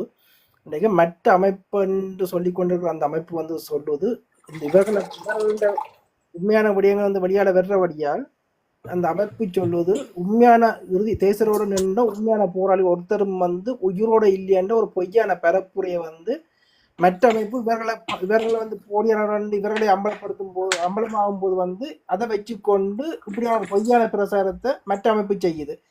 இதுக்கான உங்கள் பதில் எப்படி இருக்குன்னா? இல்லை, இது அவர்களினுடைய அறியாமை. இப்போ நான் அதான் உங்களுக்கு எப்பவும் சொல்வது, தமிழில் விடுதலை புலிகள் என்பது அது ஒரு கடல். அந்த கடலினுடைய ஒன்றுமொரு நண்பர் மேலே வரப்போறது கேட்குறாரு, எடுக்கவும் இப்போ எடுங்க. அதில் யார் யார் பயணித்தவர்கள், அது எல்லாமே அது தலைவர் அவர்களை கொண்டது. எமக்கு என்ன பணி தரப்படுகிறதோ நாங்கள் அதை செய்துவிட்டு எங்களினுடைய வாழ்வியலையும் எங்களினுடைய அந்த போராளியினுடைய தகமையும் அவர் இருந்தபோது நாங்கள் பக்குவப்படுத்திய நாங்கள் எங்களுக்கு திரும்பி பார்ப்பதற்கோ அல்லது இவரோ ஒன்று பார்ப்பதற்கே எங்களுக்கு நேரம் இல்லாமல் இருந்த காலங்கள், எங்களுடைய பணிக்காக நாங்கள் எங்களை வருத்திய காலங்கள். அப்போ இவர்களெல்லாம் இன்று நீ நான் என்று கூச்சலிட்டு இப்படியான வார்த்தையை முதலில் சொல்லுகின்றார்களே என்றால், அதாவது தேசிய தலைவர் அவர்களோடு பயணித்தவர்கள் எவரும் அல்ல என்கின்ற வார்த்தையை ஒரு போராளி சொல்லுகின்றார் என்றாலே அவர் எங்களுடைய அந்த மாமனிதருக்கும் அந்த அமைப்புக்கும் மிக பெரும் துரோகங்களை செய்கின்றார்கள். ஏனென்றால் அது ஒரு யுகம், அவரினுடைய எங்களுடைய அந்த தலைமகன் அவர்களினுடைய அந்த வழிநடத்தல் என்பதை யாராலும் புரிந்து கொள்ள முடியாது. அது யாராலையும் உணர்ந்து கொள்ள முடியாது. அப்படியொரு தத்துவத்தை பின்பற்றி இந்த மக்களை, ஈழ மக்களை தன் வசம் வைத்திருந்து ஒரு சுதந்திரத்தையும் ஒரு நிழல் அரசையும் உருவாக்கி கொடுத்தவரினுடைய வரலாற்றை இவர்கள் சுக்குநூறாக உடைக்கின்றார்கள், அந்த மாண்புகளை. அதான் நான் சொல்லுகின்றேன், இவர்களெல்லாம் ஒரு சுயநலத்திற்காக, இவர்களெல்லாம் தங்களுடைய வாழ்க்கைக்காக ஏதோ ஒன்றில் எங்கேயோ சிக்கப்பட்டு கொண்டு எங்கள் இனத்தை வழிநடத்த தெரியாமல், எங்களுடைய அடுத்த தலைமுறையை வழிநடத்த தெரியாமல், எனக்கு இருக்கின்ற கவலையே அதுதான். என்னவென்றால், இன்று நாங்கள் 50 வயதை கடந்தவர்கள் எல்லோரும் ஒரு இளம் தலைமுறை பிள்ளைகளுக்கு இந்த வரலாற்றை எப்படி கற்பிப்பது? ஒரு தலைமை இல்லாத ஒரு இனத்தை நாங்கள் எப்படி செதுக்கி அது வாழ்வியலிலும் ஒரு போராட்ட கலைகளிலும் நின்ற இந்த ஈழத்தமிழன் தன்னை தனித்துவமாக எப்படி வளர்ந்து வர வேண்டும்? இன்று அயல்நாடு இந்தியாவில் இருக்கின்றவர்களும் எம்மை சிதைப்பது போன்று, உலக தேசத்தில் இருப்பவர்களும் எம்மை சிதைக்கின்றது போன்று, எம்மை அழிக்க வேண்டும் என்று அனுசரணையாகின்ற நாடுகளும் எம்மை அழிக்க வேண்டும் என்ற வலைக்குள் சிக்கப்பட்டு நிற்கின்ற இந்த வழிகாட்டி என்று சொல்லப்படுகின்றவர்களும், தேசிய தலைவர் அவர்கள் வளர்த்தவர்கள் யாரும் அல்ல, இறுதியாக நின்றவர்கள் யாரும் இல்லை என்று அவர்கள் குறிப்பிடுகின்றதும் அவர்களுடைய அறியாமையே என்பதுதான் அங்கே அவர்கள் புரிந்து கொள்வார்கள். அது அவர்கள் புரிந்து கொள்வார்கள், மெதுவாக அவரினுடைய பிள்ளைகள் புரிந்து கொள்வார்கள். இவர்கள் என்று ஊடகங்களில் கதைத்து விட்டு செல்லுகின்றார். இப்போ நீங்கள் இப்போ எடுத்து பார்த்தீர்கள் என்றால், நீங்கள் ஒரு இளம் தலைமுறையாக உண்டது, ஆனால் என்னுடைய மகன் அவர் வளர்ந்து வந்த பிறகு நான் என்னத்தை கதைத்திருக்கின்றேன், எதை செய்திருக்கின்றேன் என்றதை நீங்கள் கேட்பீர்கள். உங்களுடைய பிள்ளை கேட்கப் போகின்றார். அப்போ இந்த இடத்தில் தான் நாங்கள் மிக கவனமாக இருக்க வேண்டும். அந்த தலைமகனுக்கு எவ்விதத்திலும் நாங்கள் ஒரு தலை குனிவை ஏற்படுத்தி விடக்கூடாது. அதான் நான் மிக கவனமாக இருப்பது. நான் யாரிடமும் எதுவும் கதைக்காமல் எங்களுக்கு தெரிந்த நம்பிக்கையான போராளிகளை வைத்துக்கொண்டு நாங்கள் ஒரு சாட்சியங்களாக ஒரு வரலாற்றை இப்படி செய்ய வேண்டும் என்பதற்காக நாங்கள் பல வேலை திட்டங்களை ஏதோ ஒரு வகையில் அந்த அரசியல்வாதிகளோடு சேர்ந்தும் அறிந்தும் அறியாமலும் தெரிந்தும் தெரியாமலும் புரிந்தும் புரியாமலும் என்கின்றது போல் நாங்கள் இதை நகர்த்தி கொண்டிருந்தோமே தவிர யாரையும் நாங்கள் காயப்படுத்தி விட்டு அல்லது இந்த வரலாற்றை எனக்குத்தான் தெரியும் என்று நாங்கள் போட்டு, அது ஒரு மிக பெரும் முட்டாளாக நான் பார்க்கின்றேன். எனக்குத்தான் எல்லாம் தெரியும் என்று தமிழ் விடுதலை புலிகளை பற்றி பேசினாலேயே, எங்களுடைய தலைமகன் அவரை பற்றி பேசினாலே, என்னை போல் உலகத்தில் ஒருவர் முட்டாள் இருக்க மாட்டார்கள். என்றால் அது அவர் தனிமையாக உருவாகி ஒரு சிறு வயதிலிருந்து வந்தவருக்குத்தான் தெரியும் அது எப்படி நகர்த்த வேண்டும் என்று. அவர் கற்றுத்தந்த விடயங்களை நான் எந்தெந்த இடத்தில் என்னை வைத்து கொண்டு நகர்த்த முடியுமோ உலக அரங்கில், என்னுடைய இனத்திற்காக, என்னுடைய அடுத்த தலைமுறைக்காக, அந்த வழிகளைத்தான் நான் புரிந்து கொள்கின்றேன். தேசிய தலைவர் அவர்கள் அடுத்த தலைமுறை என்பதற்காகத்தானே இன்று நான் வெடிக்கப் போகின்றேன் என்று போய் மணிந்தார்கள். அப்போ அந்த உணர்வுகள் எமக்குள் இல்லாமல் நாங்கள் எப்படி சாப்பிடுவது? நாங்கள் எப்படி எங்களுடைய பிள்ளைகளுக்கு ஒரு வாழ்வை கற்றுக் கொடுப்பது? அவர்களினுடைய எண்ணங்கள் இருந்தால் தான் எங்களுடைய பிள்ளைகள் வாழ்வார்கள். இது நிஜம். நீங்கள் 2 நிமிட கவிதைகளுக்காக, மாவீர நாள்களுக்காக உங்களை பிள்ளைகளை நீங்கள் வெளிக்கெடுத்து விட்டு, அதுக்கு முதல் நாள் 6 நாளைக்கு முதல் நாள் நீங்கள் அதுக்குரிய பொருள்களை தேடி நீங்கள் மேடை ஏற்றுவதெல்லாம் இது ஒரு அலங்கோலங்கள். உன்னுடைய பிள்ளைக்கு உண்மையாக சொல்லு. எங்களுடைய மண்ணுக்காக மடிந்த மாமாக்களுடைய நினைவு. அன்று நாங்கள் சாப்பிடக்கூடாது, நாங்கள் முடிந்த அளவு பட்டினி இருப்போம், அவர்களுக்காக அன்ற பசி நாங்கள் ஆறுவோம். இந்த கொத்துரொட்டி வேண்டாம், இந்த ரோல் விற்பனை வேண்டாம், எங்களுடைய மாவீரர்களுடைய படங்களை நாங்கள் விற்க வேண்டாம். நாங்கள் ஒரு 10 குடும்பம் இன்று ஒரு பாதையில், இப்போ நீங்கள் ஜெர்மனியில் இருக்கின்ற பாதையில் 10 குடும்பமும் இருக்கின்றீர்கள், 10 குடும்பமும் சேருகின்றீர்கள். ஒரு குறிப்பிட்ட தேசிய தலைவருடைய விடயங்களோ மாவீரர்களுடைய காட்சி பொறுத்தவரை படுத்துகின்றீர்கள். அதை அப்படியே அவர்களுக்கு கொடுக்கின்றீர்கள். இதுதானே எங்களுடைய பண்பு, இதுதானே எங்களுடைய கலாச்சாரம், இதுதானே எங்களுடைய தேசிய தலைவருடைய மரபு, அவருடைய மாண்பு. எதற்கு விற்பனை? ஒரு மாவீரனின் பொறிக்கப்பட்ட இந்த விற்பனை, இந்த அயோக்கியத்தனம் தமிழ்நாட்டிலிருந்து தொற்றப்பட்டது இவர்களால். எனக்கு அதுதான் வலிக்கிறது. நான் தொடர்ச்சியாக தமிழ்நாட்டில் இருக்கின்ற அரசியல்வாதிகளையும் இப்படியான கேவலமான வேலைகளை செய்து எங்களினுடைய அடுத்த தலைமுறையை அபகரித்து அவர்களுடைய வாழ்வியலையும் வாழ்வையும் அவர்களுடைய சந்ததியினுடைய வாழ்வையும் சிதைத்து வைத்திருக்கின்றார்கள் என்ற வலியால் தான் நான் கதிராகிய நான் இப்படியெல்லாம் எதிர்த்து கொண்டு நிற்கின்றேன். அப்போ நீங்கள் அதை புரிந்து கொள்ள வேண்டும். கதிர் என்ன சொல்ல வருகிறேன் என்கின்ற விடயத்தை புரியாமல் உங்களால் என்னை புரிந்து கொள்ள முடியாது. நான் சொல்லுவது அதுதான். நீங்கள் விற்பனை செய்யாதீர்கள். நீங்கள் விற்பனை செய்கின்ற விடயம்தான் இங்கே வலிக்கிறது. இது விற்பனை பொருள் அல்ல. நாம் எங்களுடைய உணர்வாக கொடுக்க வேண்டியது ஒரு மாத சம்பளம். அதில் ஒரு 11ஆம் மாதம் மாவீரர்களினுடைய நினைவு நாள் வருகிறது என்றால் அதற்குரிய ஒரு ஏற்பாடை நாங்கள் செய்ய வேண்டும். ஒரு கூட்டத்தை ஒழுங்குபடுத்தி என்ன செய்ய போகின்றோம், மாவீரருடைய நினைவாக என்ன கொடுக்க போகின்றோம், அல்லது தேசிய தலைவருடைய நினைவாக என்ன கொடுக்க போகின்றோம், அல்லது மாவீர குடும்பத்துக்கு நாங்கள் எதை கையளிக்கப் போகின்றோம் என்ற ஒரு ஒன்று கூடலை இருக்கின்ற ஒவ்வொரு நாட்டிலும் இருக்கின்ற மக்கள் அதை சிந்திக்காமல் அடுத்த தலைமுறையிடம் கடத்தாமல் இப்படி ஒரு அலங்கோலத்தை புலத்தில் நிகழ்த்தி வைத்துக்கொண்டு தேசிய தலைவர் அவர்களுக்கு விழா எடுக்கின்றார்கள். இதையெல்லாம் பார்க்கும்போது இவர்கள் தேசிய தலைவரிடம் இருந்தால் கற்றுக்கொண்டார்கள் அல்ல இவர்கள் வேறு எங்கேயாவது இருந்து வந்தார்களா என்று எனக்கு பல கேள்விகள் இருக்கிறது. அப்போ எனக்கு ஒட்டுமொத்தமாக ஒன்று புரிகிறது, இந்த போராளிகள் கட்டமைப்பென்று சொல்லிக்கொண்டு வந்திருக்கின்றவர்கள் அனைவரும் அது உண்மையான போராளிகளே கிடையாது.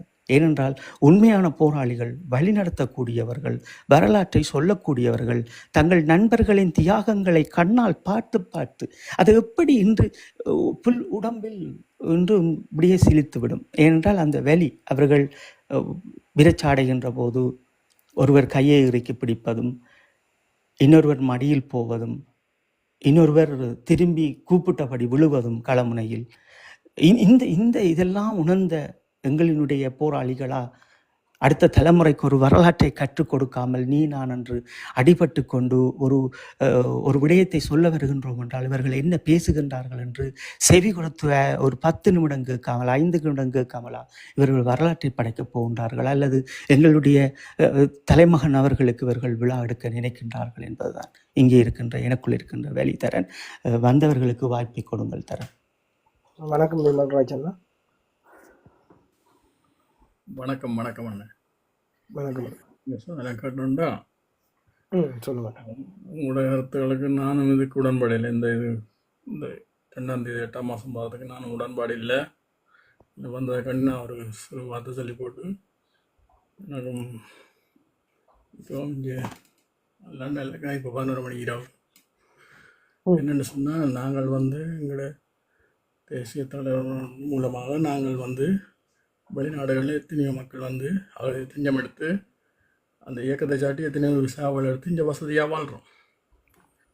நாங்கள் எங்களோட உழைப்பில் இருந்து ஒவ்வொருத்தரும் சிறுதுளி பெருவெள்ளம் அதன் அடிப்படையில் இவங்கள் உங்களுக்கு சாராயத்துக்கும் புயத்தலுக்கும் இதில் கொடுக்குறதுல ஒரு 10 பவுன்ஸை நீங்கள் ஒதுக்குங்க ஒரு குடும்பத்திலேருந்து, அதை எங்களோட மக்களுக்கு உதவி செய்யலாம். அப்படி யாராவது முன் செய்கிறாங்கன்னா ஒரு தரம் இல்லை.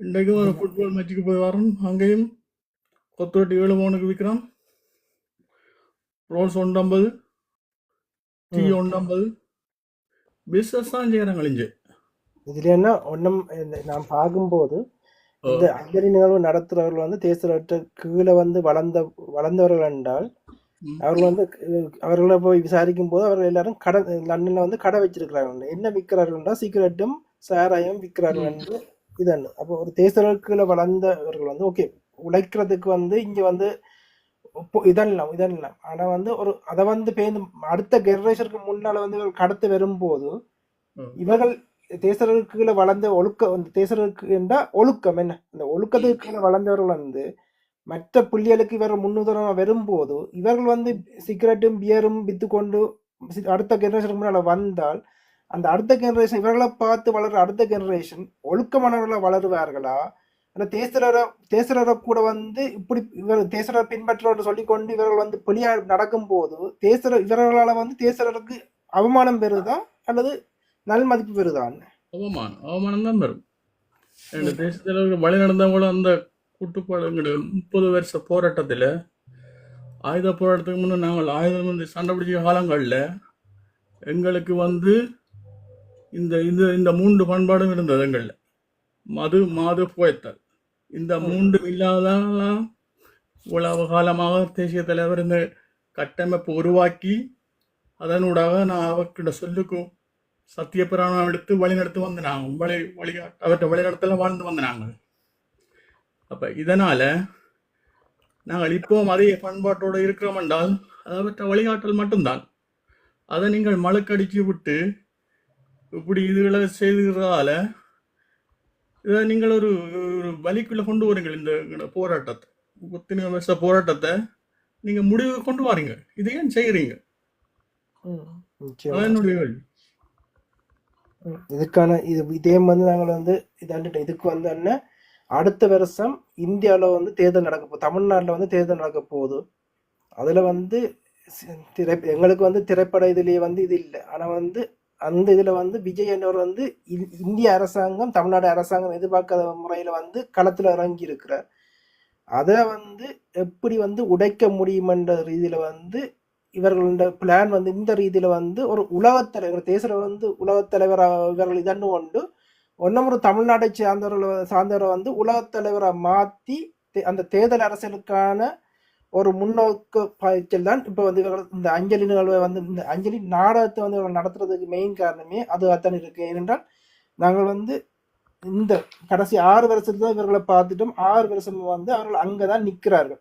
இவ்வளோ நாளும் அங்கேயே நின்ற ஆட்கள் வந்து இப்போ வந்து வெளிப்படையாக வந்து ஒரு இயக்கத்தில் பயணிச்சவர்கள் வந்து ஒரு அரசியல் கட்சிக்கு வந்து ஆதரவு வெளிப்படையாக கொடுக்கவே கூடாது. அது எங்கள் தேசியர்கள் கூட வந்து அது வெளிப்படையாக செய்யாத விடயத்தை வந்து இவர்கள் வந்து வெளிப்படையாக வந்து ஒரு கட்சிக்கு வந்து ஆதரவு இதன்றார்கள். அது வந்து ஒரு போரியல் அறிஞரான அருஸ் அவர்களை வந்து குறிப்பிட்டிருக்காரு. கதிரண்ணா வந்து ஏற்கனவே சொல்லிட்டு 6 வருஷம் தான். இந்த வருஷம் வந்து அருஸ் அவர்கள் போரியல் வேஸ்ல இருந்த போரியல் அறிஞர் அருஸ் அவர்கள் சொல்றார்கள்.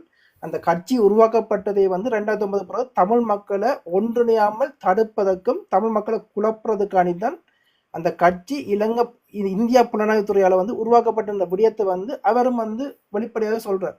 அந்த கட்சிக்கு பின்னால்தான் இவர்கள் அங்க பின்னுக்கு போய் நின்று அரசியல் நகர்வு வந்து நடத்தி கொண்டிருக்கிறார்கள்.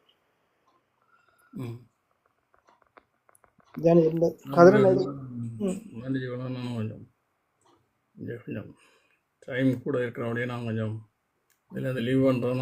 நாங்கள் வந்து இதில் மேற்கொண்டு உங்களோட இதில் இன்பாக்ஸில் விடுங்க. நாங்கள் மேற்கொண்டு கூட வாட்ஸ்அப்பில் கலெக்ட் பண்ணேன். நன்றி, வணக்கம். மிக்க நன்றி. நாங்கள் வந்து ஒவ்வொரு நாளும் இரவு 1ஆம் தேதி வரையும் இங்கத்த நேரம் 10:30க்கு தொடங்கும். இரவு 10:30க்கு தொடங்கும். என்ன 10 மணிக்கு இங்கே வீட்டை வந்துட்டோம். 9 மணிக்கு வேலை முடிஞ்சால் 10 மணி ஆகும். 1 மணி நேரம் ஓடி வர 1 மணி நேரம் எடுக்கும். அதுக்கு பிறகு சாப்பிட்டு இந்த நிகழ்ச்சி வந்து இதை வந்து எங்களோட கடமை. இது வந்து நிகழ்ச்சி ஒன்றும் இல்லை, இது எங்களோட கடமைக்காண்டி நாங்கள் இதை வந்து முதல்ல வந்து பொதுவாக பல படியத்துக்கு பிறகு வந்து இந்த மக்களுக்காண்டி ஒன்றும் செய்ய வேண்டாம்னு நாங்கள் யோசிச்சு இதன் இருந்தாங்க, வறுத்திருந்த நாங்கள். இப்போ வந்து இதை செய்யறது வந்து இது மக்களுக்காண்டி இல்லை, இது எங்களோட இது மாவீரர்களுக்காண்டி தான். இது எங்களோட கடமையாண்டபடியாக தான் நாங்கள் இதை வந்து செய்ய உச்சரிச்சு செய்து கொண்டிருக்கிறோம். அதோட வந்து எங்களோட அடுத்த ஜெனரேஷன் பிள்ளைகள் வந்து ஏமாறக்கூடாதுன்ற ரீதியில். ஓகேண்ணா, நன்றி, வணக்கம். மிக்க நன்றி அண்ணா.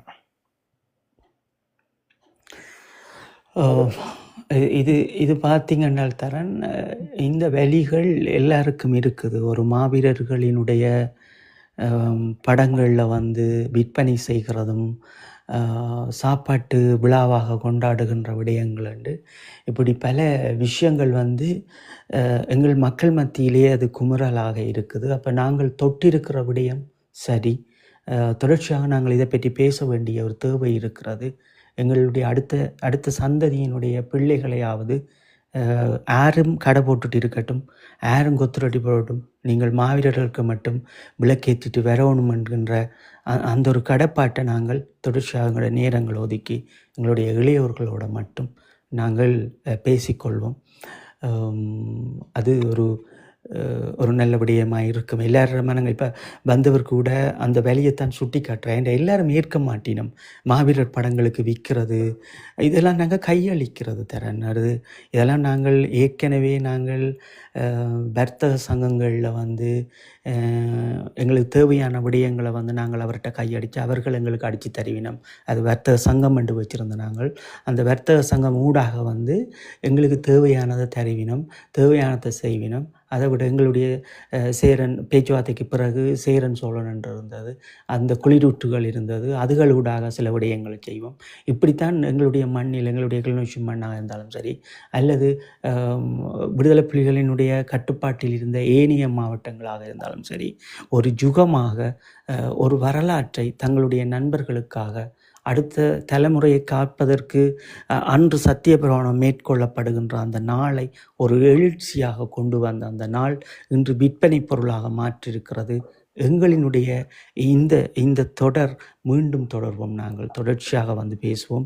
எங்களோட இளையோர்களாக உங்களுக்கு நிறைய வேலை இருக்குது. நாங்கள் அரை மணித்தியாலம் என்றாலும் நாங்கள் 2 பேர் இப்போ நாங்கள் ஒரே ஒரு விடயங்கள் தான். நாங்கள் ஒரு குறிப்பிட்ட பேர் வந்து நாங்கள் வாட்ஸ்அப் ஊடாக பேசி கொண்டிருப்பதை விட நாங்கள் முடிந்த அளவு இருவரும் இதில் உரையாடிவிட்டு அதிலும் செய்வோம். நாங்கள் தொடர்ச்சியாக உரையாடியது போல் எங்களுடைய அந்த வட்டத்திற்குள் நாங்கள் வாட்ஸ்அப்பில் உரையாடுவோம். அதையும் நாங்கள் தடுத்து விடக்கூடாது. அதுவும் செய்ய வேணும். இந்த வரலாற்றையும் நாங்கள் தொடர்ச்சியாக பேசுவோம். தரேன். இதில் வந்து பிகே என்ன நண்பர் வந்து கேட்கிறார், வணக்கம், ரோ கொண்டு வந்து திட்டமெல்லாம் நீர் மூலம் ஆக்கப்பட்டு விட்டது. அது வந்து நாங்கள் சுவராக ஒன்றும் சொல்ல முடியாது. ரோ வந்து திருப்பி ஏதாவது ஒரு இதை வந்து செய்து கொண்டிருக்கோம். நாங்கள் வந்து ஆரம்பத்தில் போலித்துவரா விடயத்தை வந்து நாங்கள் உடைக்கும் போது நாங்கள் நிச்சயம் ஏன் ரோ வந்து இவ்வளோ வீக்காக இருக்குன்னு யோசித்தோம். இப்போதான் இல்லை, நீங்கள் இப்போ தான் உங்களுக்கு ஒரு பெருங்காய் நகர்த்தப்படுகிறது. ரோபினுடைய ஒரு பெருங்காயை நகர்த்தப்படுகிறதுனா நாங்கள் அதுக்குரிய காணொளி போட்டிருக்கிறோம். இப்போ உங்களை என்ன செய்ய போயினோம்னு சொன்னால், தேசிய தலைவர் அவர்களை வந்து உலகத் தமிழர்களினுடைய தலைவர்களாக அறிவிக்கப்பெற்றுட்டு தமிழர்களுக்கு ஒரு உலகத் தலைவரை கொண்டு வந்து விட போயினும். அந்த உலகத் தலைவர் ஒரு மாண்புகளை இல்லாமல் ஒரு அரசியல் அநாகரிகத்தை வந்து இவர்களெல்லாம் சேர்ந்து மேற்கொள்ள போயினும். மடிந்த மாவீரருக்கு துரோகம் சொல்ல போயினும். எங்களுடைய தமிழீழம் என்பதை யாராலும் பெற்றுத்தர முடியாது. நாங்கள் ஒவ்வொருவரும் எங்களுடைய பிள்ளைகள் அடுத்த எங்களுடைய வடகிழக்கின் பிள்ளைகளோட இணைஞ்சு ஒரு பணியை செய்து கொண்டு உலக தேசத்தில் இருக்கின்ற சுயநிர்ணய உரிமையை நாங்கள் பெறுவதற்கு அரசியல் ரீதியாக எங்களுடைய பிள்ளைகள் கல்விகளை கற்று பல படிப்புகளை படித்து நுணுக்கங்களை படித்து அதை நாங்கள் பெற வேண்டுமே தவிர, எங்களுக்கு தமிழீழத்தை இந்தியாவில் பெற்றுத் தருவார்கள், மலேசியாவில் இருக்கின்றவர் பெற்றுத் தருவார்கள் என்றால் அது எங்களுடைய இனத்தை நாங்கள் மீண்டும் மீண்டும் அப்படியே மட்டம் தட்டி விடுவதற்கும் இந்த ரோ போன்ற அமைப்புகள் அது எங்களை இப்படியே தான் வைத்து கொண்டே தான் இருக்கும். உடைத்தறியணும். எல்லாம் நாங்கள் உடைத்தறிய வேண்டும் என்றால் நாங்கள் தெளிவுபட சிந்திக்க வேண்டும். தெளிவாக இருங்கள். தெளிந்த நீராட்டம் இருக்க வேண்டும். இந்த உலகத்துல வந்து எங்கள் மீது வந்து கரிசனப்பட்டு வந்து இந்த உலக நாடுகள் எங்களுக்கு ஒண்ணுமே அன்பளிப்ப தராது. எங்களோட பலத்தை பார்த்து, எங்களோட ஒற்றுமையை எங்களோட பலத்தை பார்த்து தான் உலக நாடுகள் வந்து எங்களுக்கான ஏதாவது ஒரு தீர்வை தெருமொழிய எங்களுக்கு மீது வந்து கரிசனப்பட்டு இந்த உலக நாடுகள் எங்களுக்கு ஏதாவது தெருமென்றால் கடைசி வரையும் கனவுல கூட நடக்காத ஒரு விடயம். எங்கள்கிட்ட இருந்து ஏதாவது பயன் அவர்களுக்கு இருக்குமென்றும் போதுதான் அவர் எங்களை பக்கம் பெறுவார்களுடைய. மற்றபடி இந்த உலக நாடுகள் எங்கள் பக்கம் திரும்பியே பார்க்க மாட்டார்கள் என்ற விடயத்தை வந்து ஆணித்தனமா எழுதி உங்களுடைய மனதுக்குள்ள வந்து பதிஞ்சு வைச்சிருங்க. இது வந்து இன்றைக்கு நாங்கள் அடுத்த உங்களோட பிள்ளைகள் ஜெனரேஷனோட முடியுது. இப்போ அதான் பிரச்சனை. எனக்கு இருக்கிற கவலை எல்லாம் என்னவென்றால், உங்களோட ஜெனரேஷன் பிள்ளைகளுக்கு பிறகு இருக்கிற பிள்ளைகளுக்கு வந்து கொத்துரட்டி வீக்கிற வரலாறும் ரோல் சுத்துற வரலாறும் தமிழில் விடுதலை புலிகளினுடைய மாவீரர்களினுடைய படங்களையும் தலைவரினுடைய படங்களையும் அச்சிட்டு விற்பனை பொருளாக காண்பிக்கப்படுகின்ற விடயங்களும் தமிழில் விடுதலை புலிகளுடைய அந்த அந்த மாவீரர்களுடைய அந்த கார்த்திகை பூ என்று அவர்கள் உடுக்கின்ற உடையாக, அவர்கள் போடுகின்ற உடையாக இன்று அந்த தமிழீழ விடுதலை புலிகளினுடைய ஒரு மாவீரர் தன் நெஞ்சோடு அணைத்து கொண்டு மூச்சு விட்ட அந்த புலிக்கொடி என்று திரும்புகிற திசைகள் எல்லாம் ஒரு காட்சிப்படுத்தல் பொருளாக இன்று எப்படி இந்தியாவில் அது அலைமோதுகின்றதோ அதெல்லாம் இன்று எங்கள் மக்களுக்குள் ஒரு தெளிவில்லாத வாழ்க்கையையும் வாழ்வியலையும் அடுத்த தலைமுறைகளுக்கு இந்த பெருஞ்சாலிகள் தங்களை பழையவர்கள் என்று சொல்லிக்கொண்டு தங்களை மார்பு தட்டுகின்ற இந்த பூச்சியங்கள் அடுத்த தலைமுறைக்கும் தங்களுடைய பிள்ளைகளுக்கும் எதை கேட்டுக் கொடுக்க போகின்றார்கள் என்ற கேள்விகளோடு நாங்கள் இன்றைய நாளை நாங்கள் நிறைவு செய்வோம். இந்த நிமிடம் வரை எங்களோடு இணைந்தவர்களும் கேட்டுக்கொண்டிருந்தவர்களுக்கும், முக்கியமாக தம்பி தரன் அவர்களுக்கு வேலைக்கு போய் வந்தும் இருக்கின்ற ஒரு மணித்தியாலத்துக்குள்ளாவது இந்த ஒரு நண்பர் வந்து மேல எடுக்க கேட்டிருக்கிறார். அவர் எடுக்கவும் எடுங்க. வணக்கம் கார்த்தி அண்ணா. விட்டு சுத்தி கொண்டு நிக்குது. வணக்கம் கார்த்தி அண்ணா.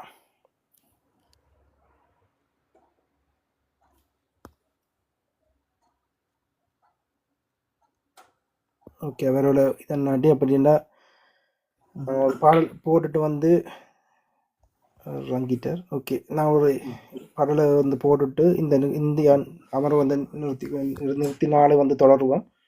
இதில் வந்து இதுவரை வந்து கேட்டுக்கொண்டிருந்த அனைவருக்கும் வந்து மிக்க நன்றிகள். இதை வந்து எங்களோட கருத்துக்கள் வந்து நீங்களும் வந்து உங்களோட நேரடிகளில் வந்து பயன்படுத்துறதுக்கான பல இதுகளை வந்து நாங்கள் உங்களுக்கு தந்திருக்கிறோம். கேள்விகளை வந்து உங்களுக்கு தந்திருக்கிறோம். இதுக்கான விடியலை வந்து நீங்களாம் தேட வேணும். இதில் வந்து ஒன்று இதோட வந்து இந்த அமர்வை வந்து நிறுத்திக் கொள்வோம்.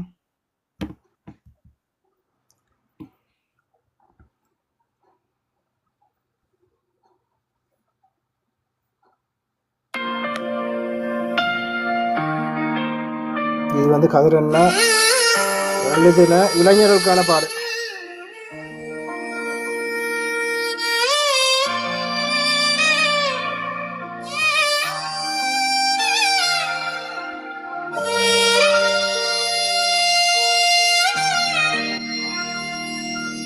எங்கே இடையோ எங்கே இடையோ தேடுகிறேன் ஈழம் காற்றவர் கனிகளின் சுவை காலங்களின்று தேடுகிறேன் வரலாறு தந்தவர் உண்மையின் உள்ளம் தேடுகிறேன்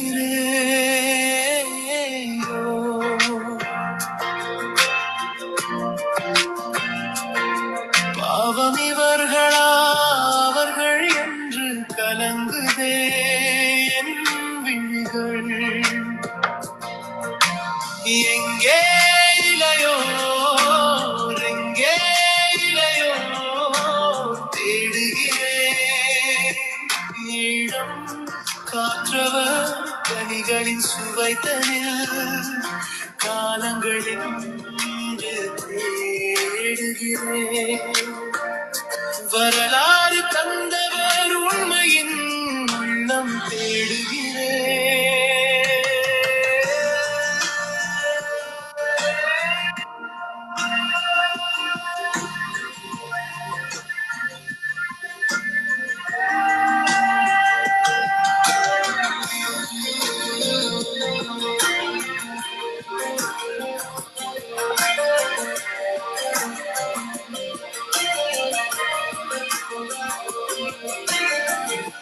ஈழத்தின் தலைமகன் காவிய நாயகன் வரலாறு தந்தவர் வீரமே அவரல்லவா ஈழத்தின் துளிர்களே உன்னிடம் தந்திட ஒன்றும் இல்லை காலத்தின் துளிர்களே கனவுகள் சுமந்தவரோடு கரைந்ததே முல்லை கரையினிலே உன் தலைமுறை காற்றிட உறுதியும் இறுதியும் தலைமகன் நினைவு ஒன்றுதான் உன்னிடமே ஈழத்தின் துளிர்களே ஈழத்தின் தலைமகன் காவிய நாயகன் வரலாறு தந்தவர் வீரனே அவர் அல்லவா ஈழத்தின் துளிர்களே உன்னிடம் தந்திட ஒன்றும் இல்லை காலத்தின் துளிர்களே கனவுகள் சுமந்தவரோடு கரைந்ததே முல்லை கரையிலே உன் தலைமுறை காற்றிட உறுதியும் இறுதியும் தலைமகன் நினைவு ஒன்றுதான் உன்னிடம் ஈழத்தின் துளிர்களே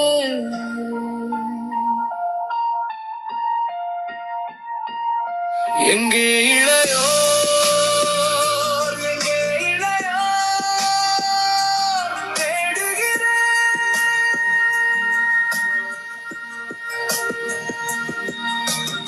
இடம் காற்றவர் கனிகளின் சுவைத்தலில் காலங்களின் இன்று தேடுகிறேன் வரலாறு தந்தவர் உண்மையின் உள்ளம் தேடுகிறேன் ஐயோ பாவம் இவர்களா அவர்கள்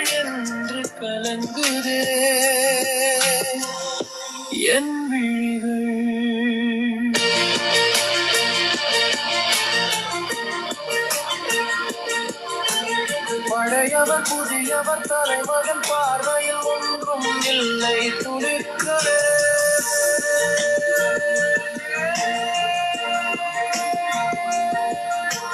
தலைமுறை காப்பதே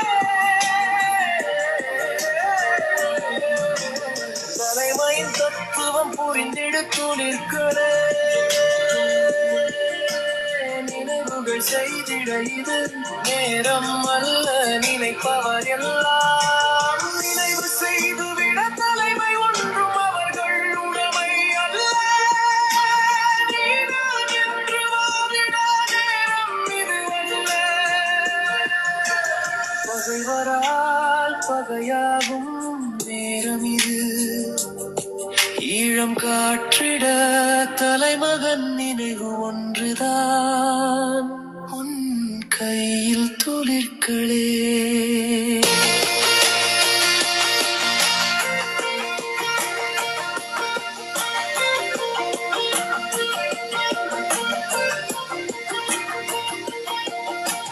பழையவர் புதியவர் தலைமகன் பார்வையில் ஒன்றும் இல்லை துளிர்களே.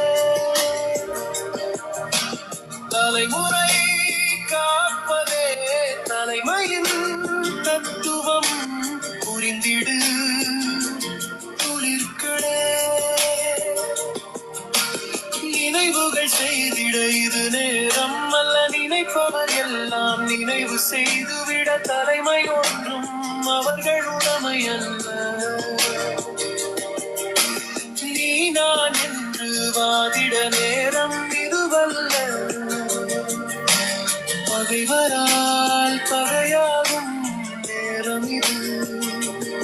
ஈழம் காற்றிட தலைமகன் நினைவு ஒன்றுதான் உன் கையில் துளிர்களே.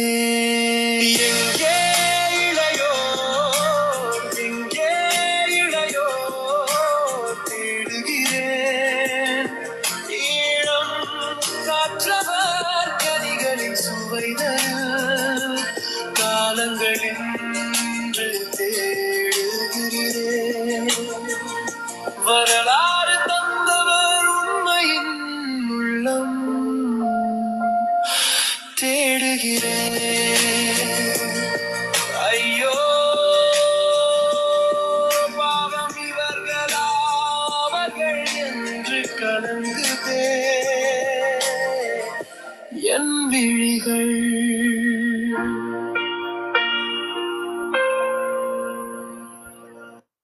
இது உங்களோட வழிகள்.